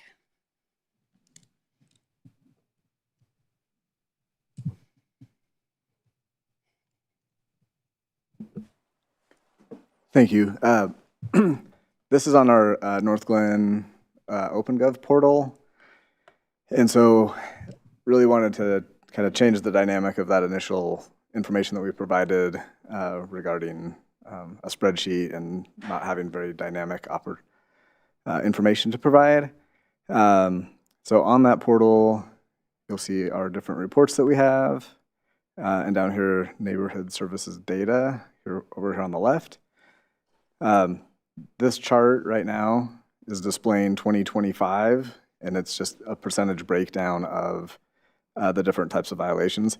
This gray box, it says show more. It truly is, here's 500 other violations that aren't in the top 10. And I think that that's important because there are, through the code, there are several things that may or may not be kind of top of mind when we are talking about neighborhood services and code enforcement. If you scroll down on this page, for people that like the numbers and like to see the data, There's also the data, this is 21 through 25, and each total in the categories. So there is that data, if that's something of interest, that people can navigate through and identify. If we want to switch years from this table, we can slide this over. This will provide you what happened in 24, 23, 22, and so on. Also, if you don't like the look of the tree map that's here, you can change that into a pie chart or a bar graph or whatever else that you want to do. For me, the tree map looked pretty decent as far as providing kind of the big picture number of cases and percentages on this map. So as Becky mentioned, we'll send that link out to you, but it's out there right now, open and available to the public, but just an easier way in our minds to navigate some of the details that make this conversation kind of function and tick, if you will. So back to the presentation.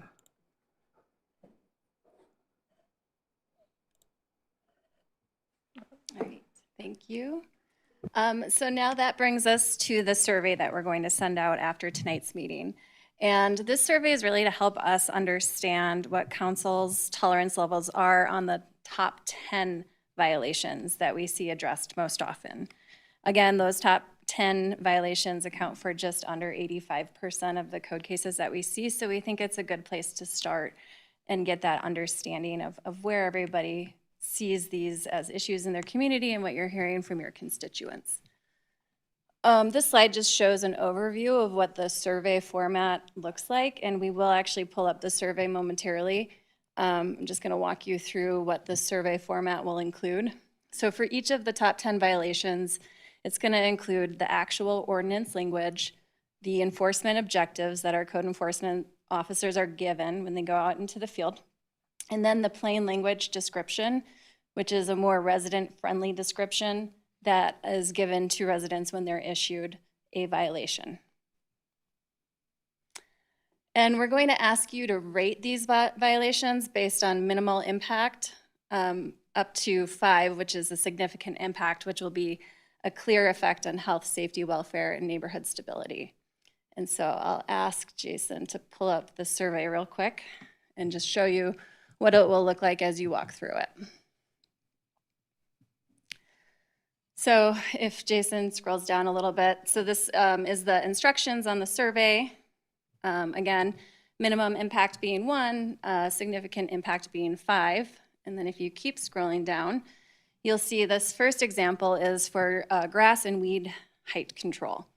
And what we've included is the ordinance language, so what the actual ordinance states. The officer objectives, so what they're looking for in the field in terms of a violation, or if they're called out to investigate if there is a violation on a property. And then finally, the communication that's provided to the resident as far as what needs to happen in terms of the violation. And then we've included for each violation 4 pictures of a range of that violation. And we're asking you to rank them on a 1 to 5. And I want to say that we understand that a picture cannot tell the whole story. So we do have a comment box at the bottom of each page with these violations where you can say, based on this violation, I think it could be creating a health or safety issue because of X, Y, or Z. Or you could say, I've ranked this as minimal because this could be an extenuating circumstance, and provide any justification that you want. So if Jason keeps going down, you'll see the comment box. And then Jason, if you could just show the next slide, because I think that's a better one as far as where there might be more comments. So this one is littering in public and private property. And so this has a range of scenarios where you could tell a story. And so it's okay to make assumptions or to say that you're rating something in a certain way because you think that this could be attracting rodents, which could be a health or safety issue or something like that. So it has different pictures of what our code enforcement officers may see or what they may be called to as far as a case.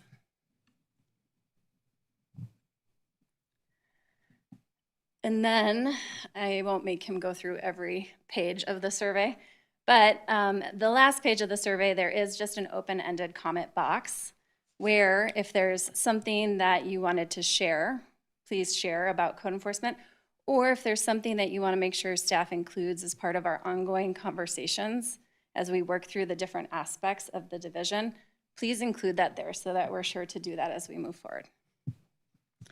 All right, I think we're done with that. So we'll send you that tonight.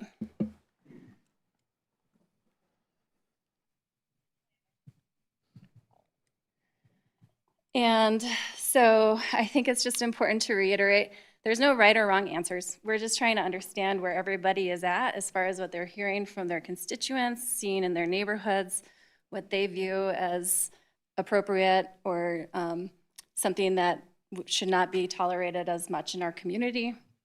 We're asking that you complete this survey by February 2nd so that we can compile the results of the survey and bring them to our next meeting, where we'll also discuss the process and procedures of code enforcement and the officer training protocols. So with that, I'm happy to answer any questions. I also have Tom Carlson here, our neighborhood services supervisor, who was very integral in preparing this packet and also making the survey. So kudos to him. Thank you. Councilmember Kondo. So, Ms. Smith and Mr. Carlson and Jason, thank you for really making an interactive sort of way for us to be able to slice and dice. I know that our first attempt with just tables and many pages was ominous, but I'm really looking forward to completing the survey. My question, and I'm sure I probably can answer it myself if I read it, but I figured I'd ask the question while I have the subject matter experts here. Difference between grass/weed height and weed control. Yes, thank you. And thank you for giving me a heads up about the question. I did talk to Tom about it, and weed control has to do with the volume of weeds in the yard. So it's, if you grabbed all the weeds and put them together, it would equal about 75%. So that has nothing to do with height of weeds. It's just volume of weeds. And I'll let Tom correct me if I say anything wrong. And then for the weed height, it's when weeds grow above 8 inches, and that would include weeds and turf grass. Okay, thank you. Councilmember Burns. Thank you, Madam Mayor. Yes, just to echo Councilmember Kondo, this is a great next step. I think we're all pretty stoked to do this. Could you just clarify what you mean by neighborhood stability? Yes. So neighborhood stability would be the character of the neighborhood, essentially. So what is the character of the neighborhood that you're trying to achieve? So it's like prettiness? Sure. It could be that. It could be aesthetic. It could be community. Yeah, it's a pretty fluid term. So yeah, I don't know if Tom wants to add anything. This came from the code objectives. So yeah. So thank you for allowing me to come up and speak.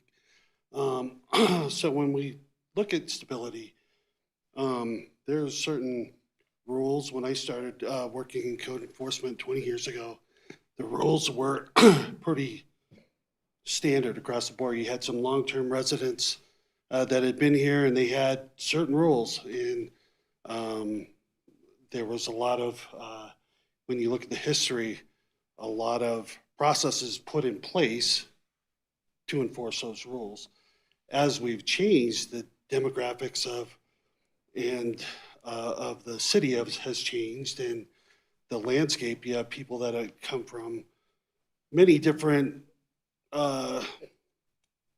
places all over the country, and so the rules are no longer set. So kind of establishing what do we want the neighborhoods to look like as far as what types of rules. We get calls from people that are upset because somebody parked in front of their house and they're like, they should know better than this. And depending on where you're from, if you're from a suburban area, that's fine, but if you're from more of a metro area, if you go, the parking's wherever you can find it, so it's all subjective. And I think what we're trying to do is trying to find out what the scope is that you would like to see as far as how the rules are.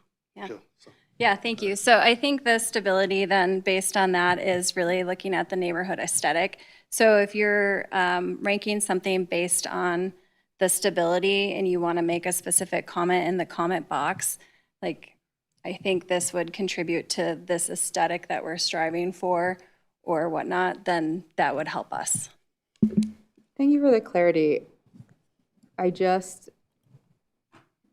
Maybe I'll save this for the survey, but like, I have thoughts around that language of what stability means, and we're also not an HOA. We have HOAs in Northglenn, so I think there's a lot of tension within there.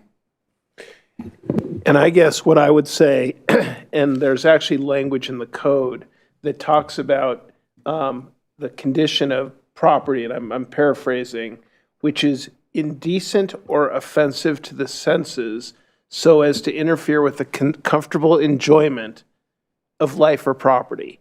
And that is very standard language that is necessarily somewhat subjective depending on the community. So it is a matter of what is offensive to the various senses to the community. And so I would suggest that's part of what we're trying to accomplish. And this language in Northglenn's code is no different than any nuisance code in the state, but every community is different. So when Interim Director Smith and Mr. Carlson are talking about that, it is that subjectivity of applying that language to Northglenn. Okay, thank you, City Attorney Hoffman. Councilmember Severs. Thank you. This is a question for Tom. Obviously, I don't want to put you on the spot and, make you uncomfortable, but as someone that's been doing code enforcement for 20 years, it would be silly of me not to ask. I mean, how many years have been here versus other cities? All here. So 20 years. So you have a lot of experience in Northglenn. Yes, sir. Do you feel things need to change? I'm not trying to make you make the decision, but I think we have changed quite a bit. We went from a standard traditional enforcement model to a more strategic.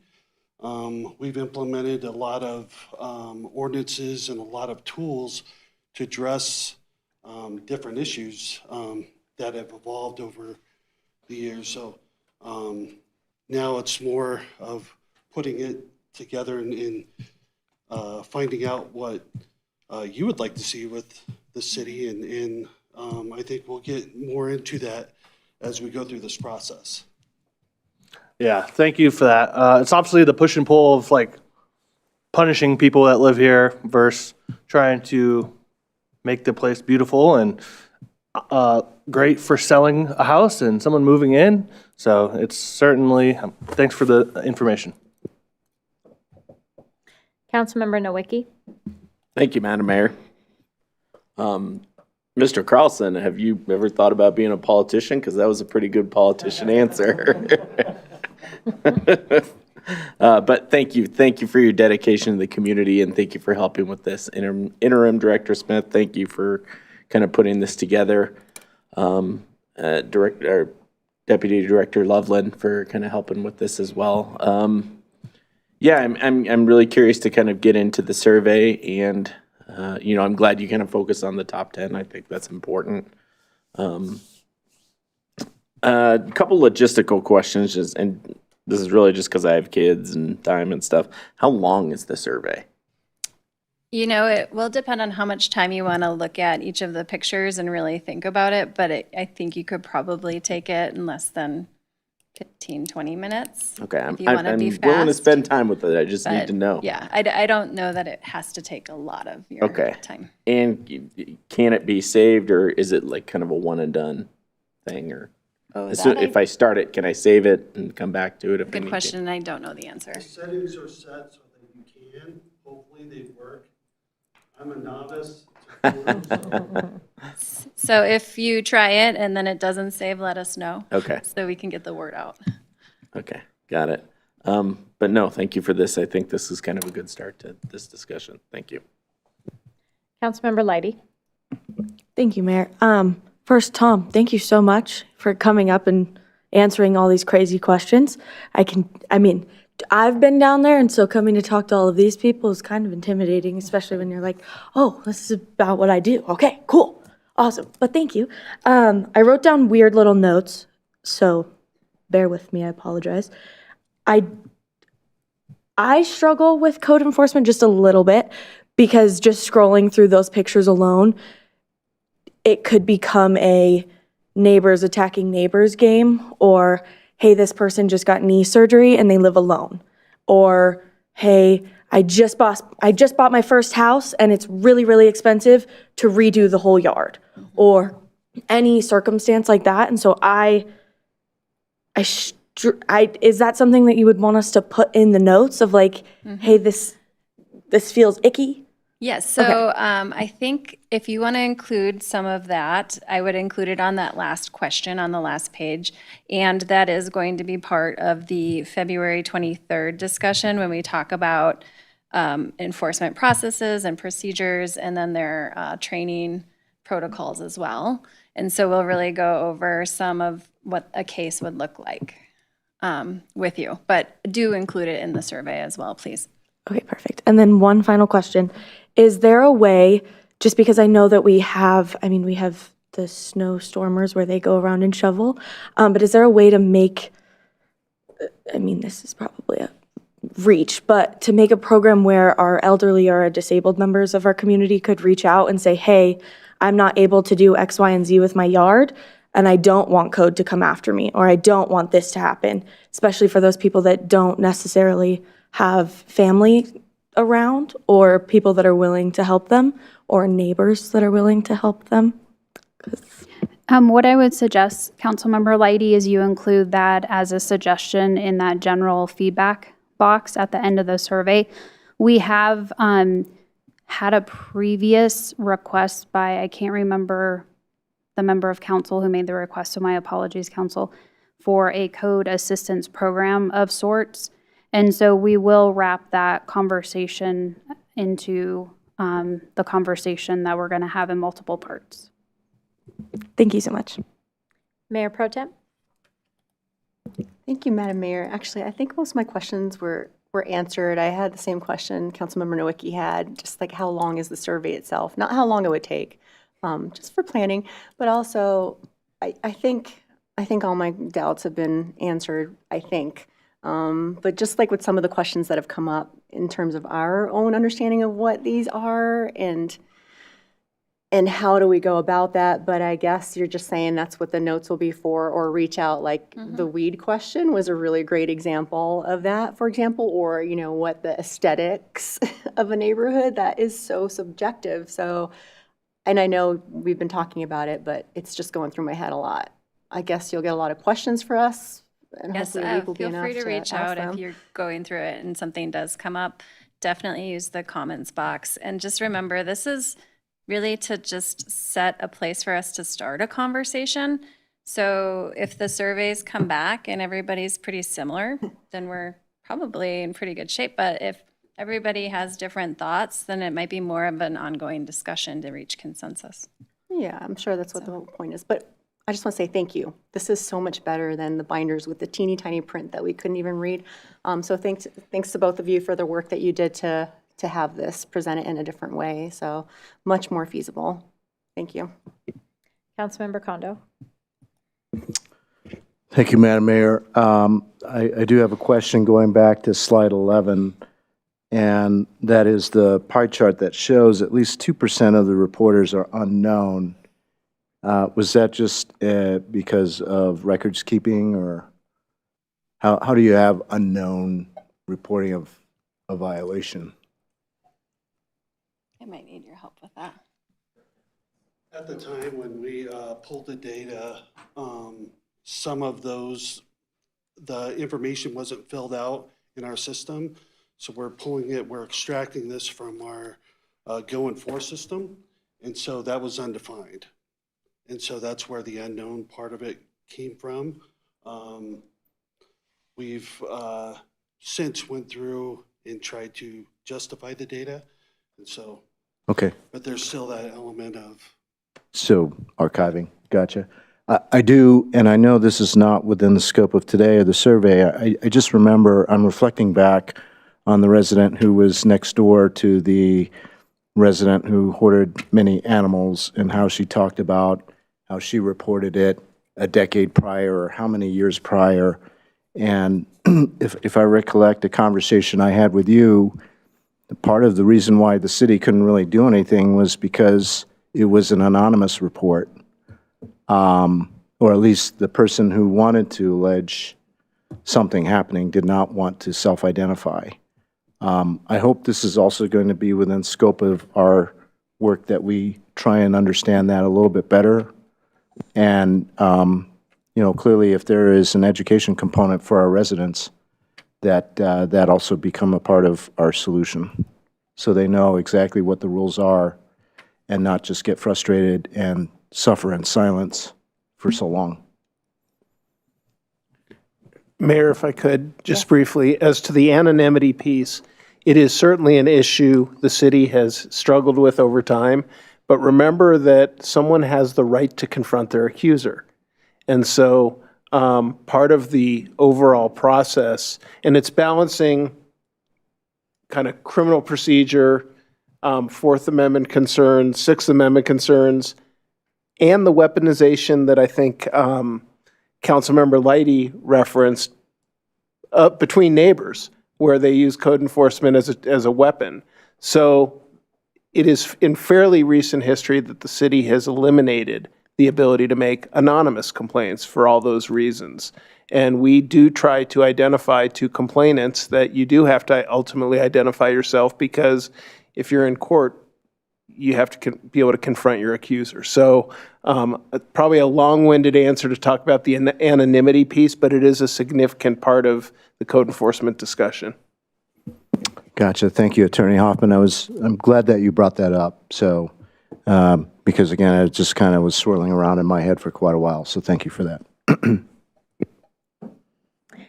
Hey, so I want to start by saying thank you. This is really, really well organized, professional, clear, the context. My favorite slides are the ones at the beginning, where we have a very clear purpose for tonight's conversation, and the fact that it's a three-part conversation. We're not, we're starting at a good starting point, but we have multiple conversations ahead.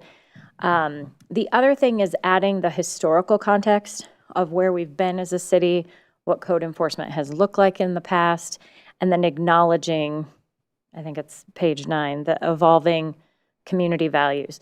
Not only does that change with time, it changes when neighborhoods overturn, it changes with time periods. I was noticing that a lot of our focus on the data is post-COVID, and we don't really have pre-COVID data, and I think that's okay. I had a wondering at the start, but I think it makes sense because this is the era we're living in, is the post-COVID era. And so much has changed with just how people feel, how many more people are working at home, how many more people are afraid to leave their homes. There's just different dynamics happening in the city right now. And so I love that we've acknowledged that, but also included the history, and the data is very clear. So many people have mentioned, thank you, thank you, thank you. We have been asking questions about code for quite a while, and I truly believe this is the first time that it is focused and clear so that we have data to anchor to, and we have a process that's clearly spelled out. And I really just can't thank you enough, because I know how much work went into that. I know a lot of work went into the binder too. That was a little overwhelming. Thank you for keeping it.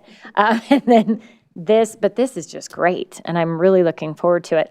I have had a chance to see the survey, and I will tell you, it's hard to fill out because it is subjective, and I think that's what they're trying to get at, is what is our opinion. But then we also have to remember we're 9 people. We have residents, even tonight, that came forward to talk about neighborhoods and code enforcement, and we hear from residents all the time. We've had, small emails to lengthy conversations to, tea in their kitchen while they tell us everything that they're concerned about. So we have a lot of input, and I would just recommend that we fill it out not as a personal resident, but as a council member.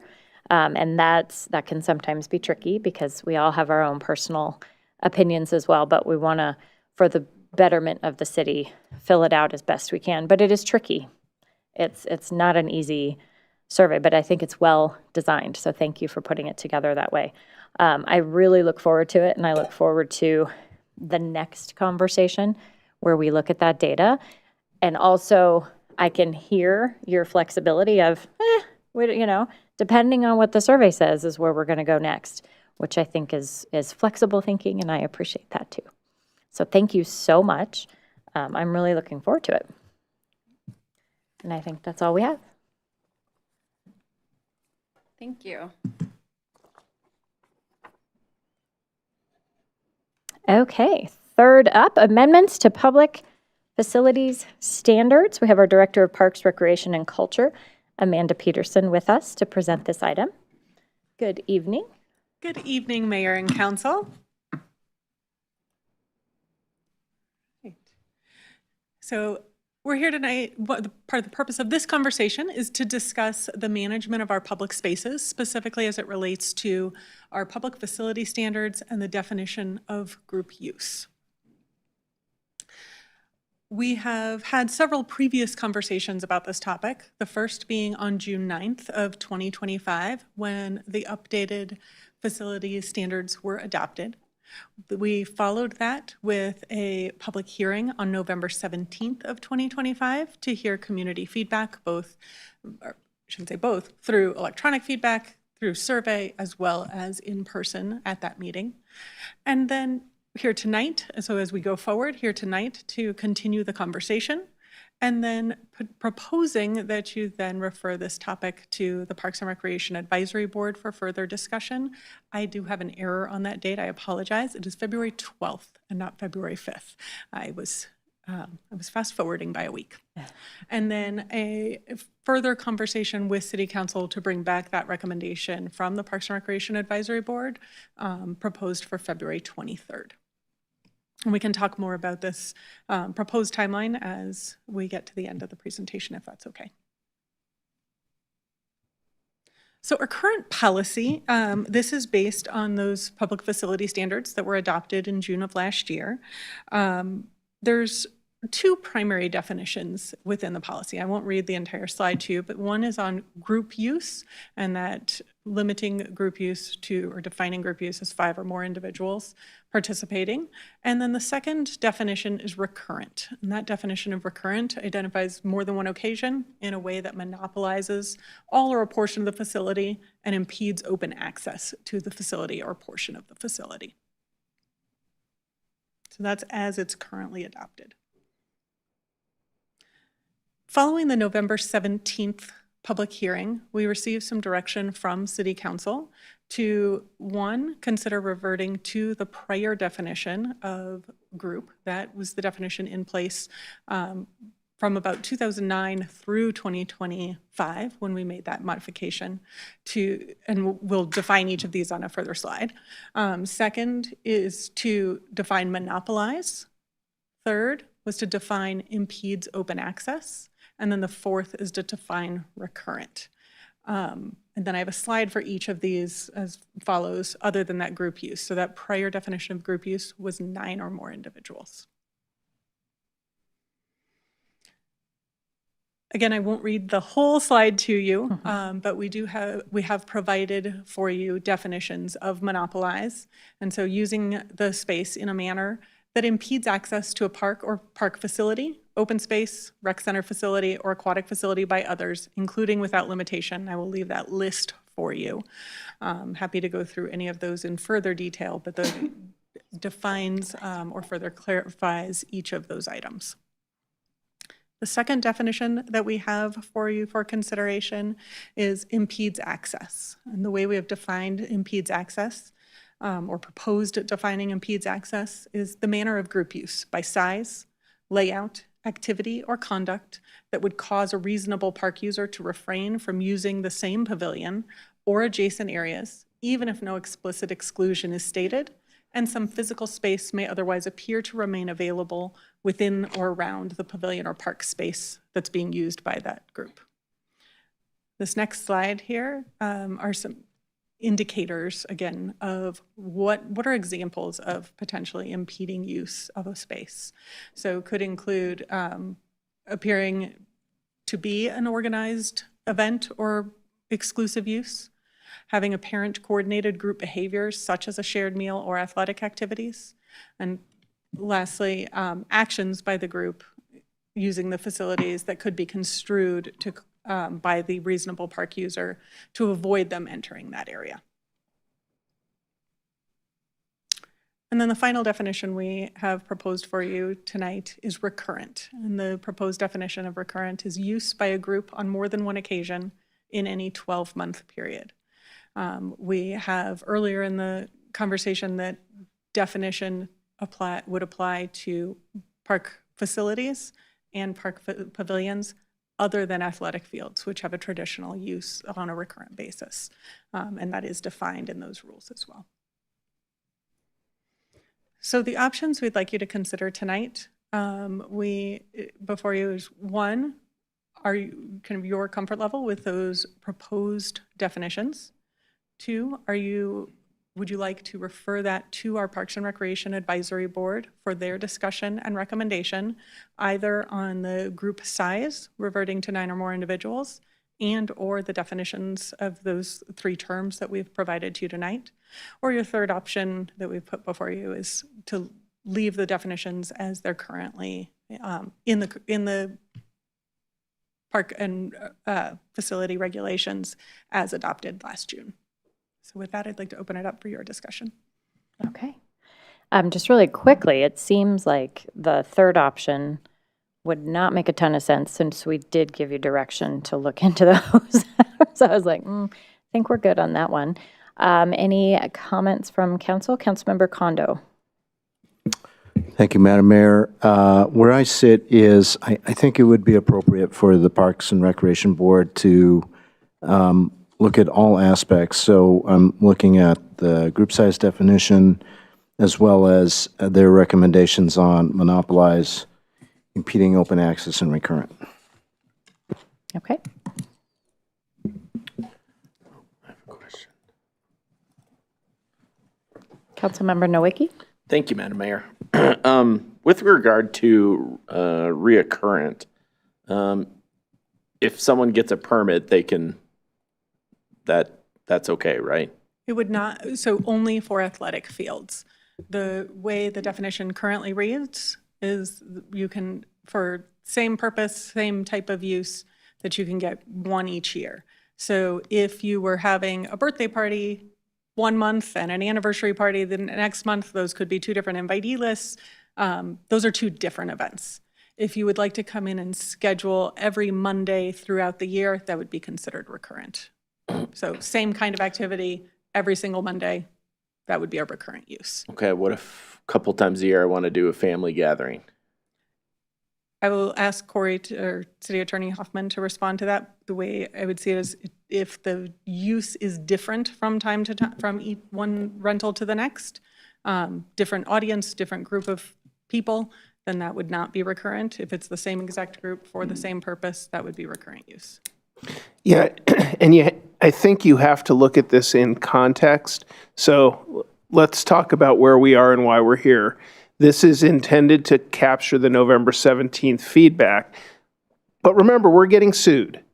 And we're getting sued by some groups that have created the legal fiction that this is about religion, when this is about impeding access and monopolizing use of our facilities. And so there is a level of this that is intended to address making our park amenities open and not restricted to others. So the change back from 5 to 9 is certainly intended to capture that. And a lot of this is going to be on a case-by-case basis as it relates to how this is applied, which is why when you look at the definitions as they're currently constituted and suggested for recommendation to the Parks and Rec Board, we tried to capture all of the things that we know from experience at the city staff level monopolize, impede access, but we're putting into words what those mean. Frankly, a lot of the types of events that you describe, I'm not sure would have that effect when you look at all the criteria for what qualifies as a recurrent group use. So it's really going to be, now if you're having an organized party with 20 or 30 people, I think it absolutely falls in there. But when you're talking about a family event and our numbers of being 9, it likely wouldn't. So it's really going to be on a case, kind of a fact-specific basis. But here's what we know. We know that the regulations were intended to address the impact of group use on other people wanting to use facilities. We know that it was intended to be addressed in a content-neutral manner so that people could use the park and not be prevented from doing so by this recurrent group use. That is the intent, and the recommended regulations intend to better define what those terms mean.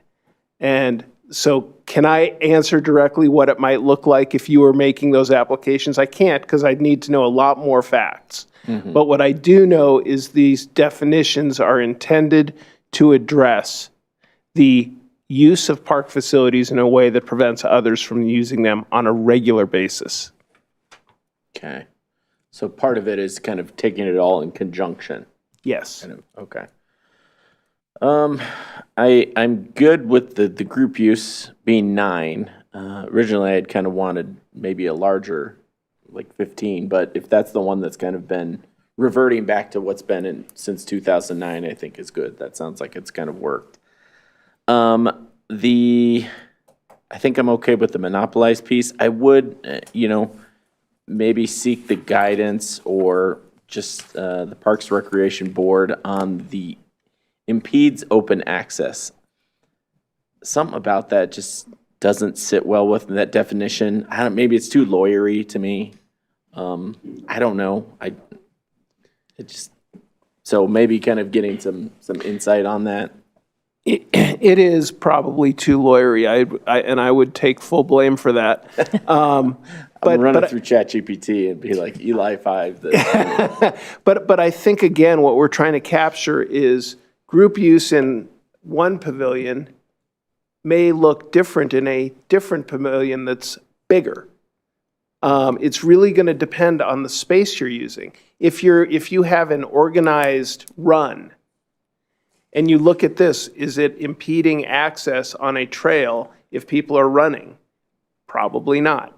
But that's the elements we're trying to capture, because it really, a different part of the park is going to apply differently when you're looking at impeding access. So that reference to size, layout, activity, or conduct might capture the difference between an organized run and a large gathering in a pavilion, because they have different impacts on other users that want to use the same area.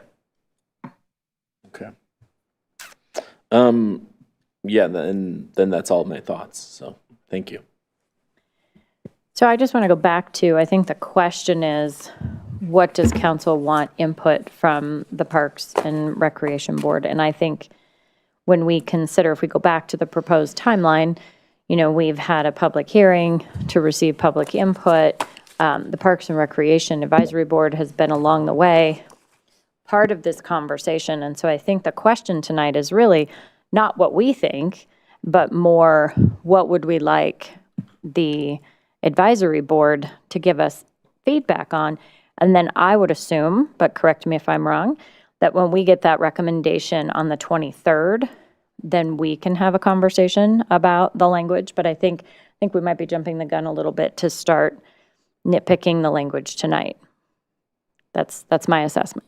That is the proposal that staff are bringing forward, that this Thank go to you. Parks and Recreation Advisory Board for further discussion and consideration, depending on, I would say, the outcome of those conversations. If it looks very similar to what you're seeing here tonight, we may be ready to bring that forward to you for your consideration by resolution at that February meeting.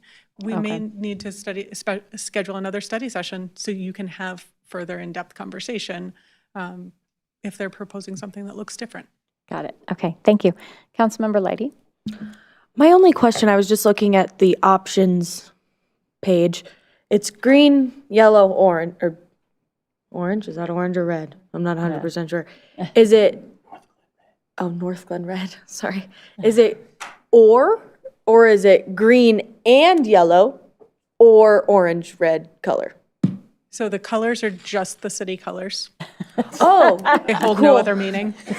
Not like a stoplight. It's not a start, pause, Okay, go, cool. stop. Sorry about that. No, thanks. And really, the first two are an either, an and or. So you could ask for a PRAB recommendation on the group size. You could ask for PRAB recommendation on the 4 definitions. You could ask for a PRAB recommendation on the 2 of those, which is what I'm recommending. Or if for any reason council didn't want to move that conversation forward and was happy with the or the resolution as it currently stands, that would have been that last box. Great. Sorry about that. I was like, I really like green and yellow together. I don't like red, but I like green and yellow together. Perfect. Thank you. You're welcome. Mayor Pro Tem? Thank you, Mayor. Thank you, Director Peterson. So since you're asking for feedback, I'll go ahead and stick to that. I would like recommendations on both of those, which I think is what staff is recommending. So obviously red's out. So on green and yellow, Northglenn green and yellow, to go with Councilmember Leidy's color scheme. So yeah, that's all I have. I mean, I think I support increasing the group size to 9, but I would really like their input on both of those just to kind of inform our discussion a little bit better on the 23rd. Thank you. Councilmember Roper? Thank you, Madam Mayor. I would agree. I would like feedback on the 2 options there, or if there is somewhere where we can meet in the middle on a combined resolution. Can you say more about that? A combined? Well, if we could, like, does it have to be the green or the yellow? Like, could we bring those together and possibly increase the size and define the terms more specifically? So yes, it can be both the green and the yellow. City Attorney Hoffman will attend that Parks and Recreation Advisory Board meeting to provide further information and be a part of that conversation. What would come back to you is their recommendation, which could be what you see on what you saw earlier on the screen, or could be some variation of that. Okay, thank you. Yeah, I think it's important to take it back to the board and have them look at it, and I do think they should look at both pieces. The thing is they could come back and not recommend that we increase it to 9. They could come back and change the definitions. But I think it's important for that board to work through this process. I mean, I've spent a little time with with the City Attorney Hoffman, and as many community input opportunities as we include in this process, I think it's just better that way. So I would like their recommendation on both pieces. And I'm not in a place of maintaining what we have right now because I'd like to hear from them. So, and I think that's pretty much what everyone thinks. Yeah, we'll just give it back to them and yeah. Great. Well, thank you. We Thank will you. present this to the Parks and Recreation Advisory Board on February 12th Yes. and bring back those recommendations later in the month. Okay. Thank you. All right, next up, public invited to be heard. This is an opportunity for public comment. Again, statements are limited to 3 minutes per speaker. Comments must be related to an item previously addressed by council during the meeting. Is there anyone in the audience that would like to come speak? Come on forward. Yeah. Yeah. Yeah, well, I'm going to praise you guys once again. I sat through one of these and was like, you're offering really good insight and you're giving good positive things. So I want to, Ms. Burns, want to point out the fact that instead of aesthetic, I really point to the fact of safety. And having a toddler walking through like that full weeded area, that's my concern. Or a bunch of junk in the front that leads to safety. Possums, raccoons, other animals. And aesthetic to me is, can I sell my house for the same value of other people in that area? So I was hoping to throw that in for that piece. For Ms. Lady, I would point out that there's community members such as myself and Ms. Donna back here that we tend to clean places up just when people ask anyway. And I do want to point out to the whole board that, did you see where most people willingly complied in the 90% all 3 years? Well, I've lived in my same house now for 18 years, so I've been through that. And I've got one of those little things back my first 3 years in. And when I got it, I went, you know what? When I looked at that thing, they were right. This tree was overhanging into the street. Never thought of it that way. Cut that piece and I went, oh, that looks good. Then proceeded to help other people. They got one of those little notices going, I've got one of those tree cutters. I went and bought one from a garage sale. Nice. So that being said, I think those are really important steps on there. That one part is you're willing to go and do a lot of looking at it. When I see 90% or higher that people willingly take care of what we're asking them to do in the first place, I think we're already in a successful rate. And then Mr. Severs, thank you for speaking up on the Minnesota thing. Thank you. Thank you.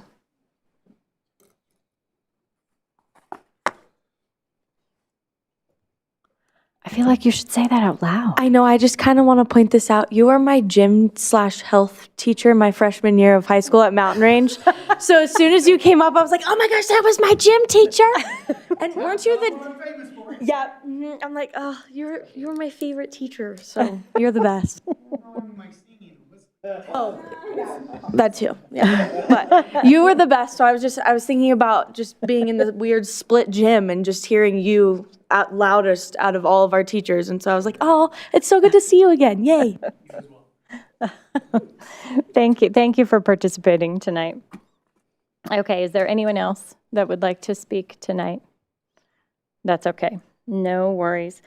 Okay, we are going to move into an executive session. So I will entertain a motion that the City Council hold an executive session pursuant to Section 4.5G of the City of Northglenn Home Rule Charter for negotiations concerning the purchase, sale, lease, or other acquisition of real or personal property, or interest therein, or concerning any contracts except those required to be the subject of competitive bidding regarding property located in Washington Point.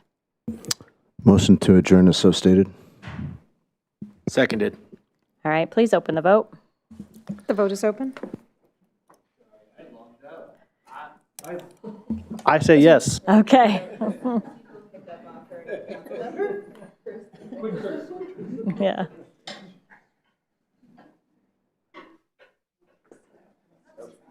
Please vote.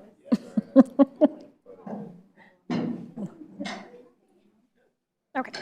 I will close that vote, and the motion to meet in executive session passes unanimously. Excellent. We will adjourn to the executive session.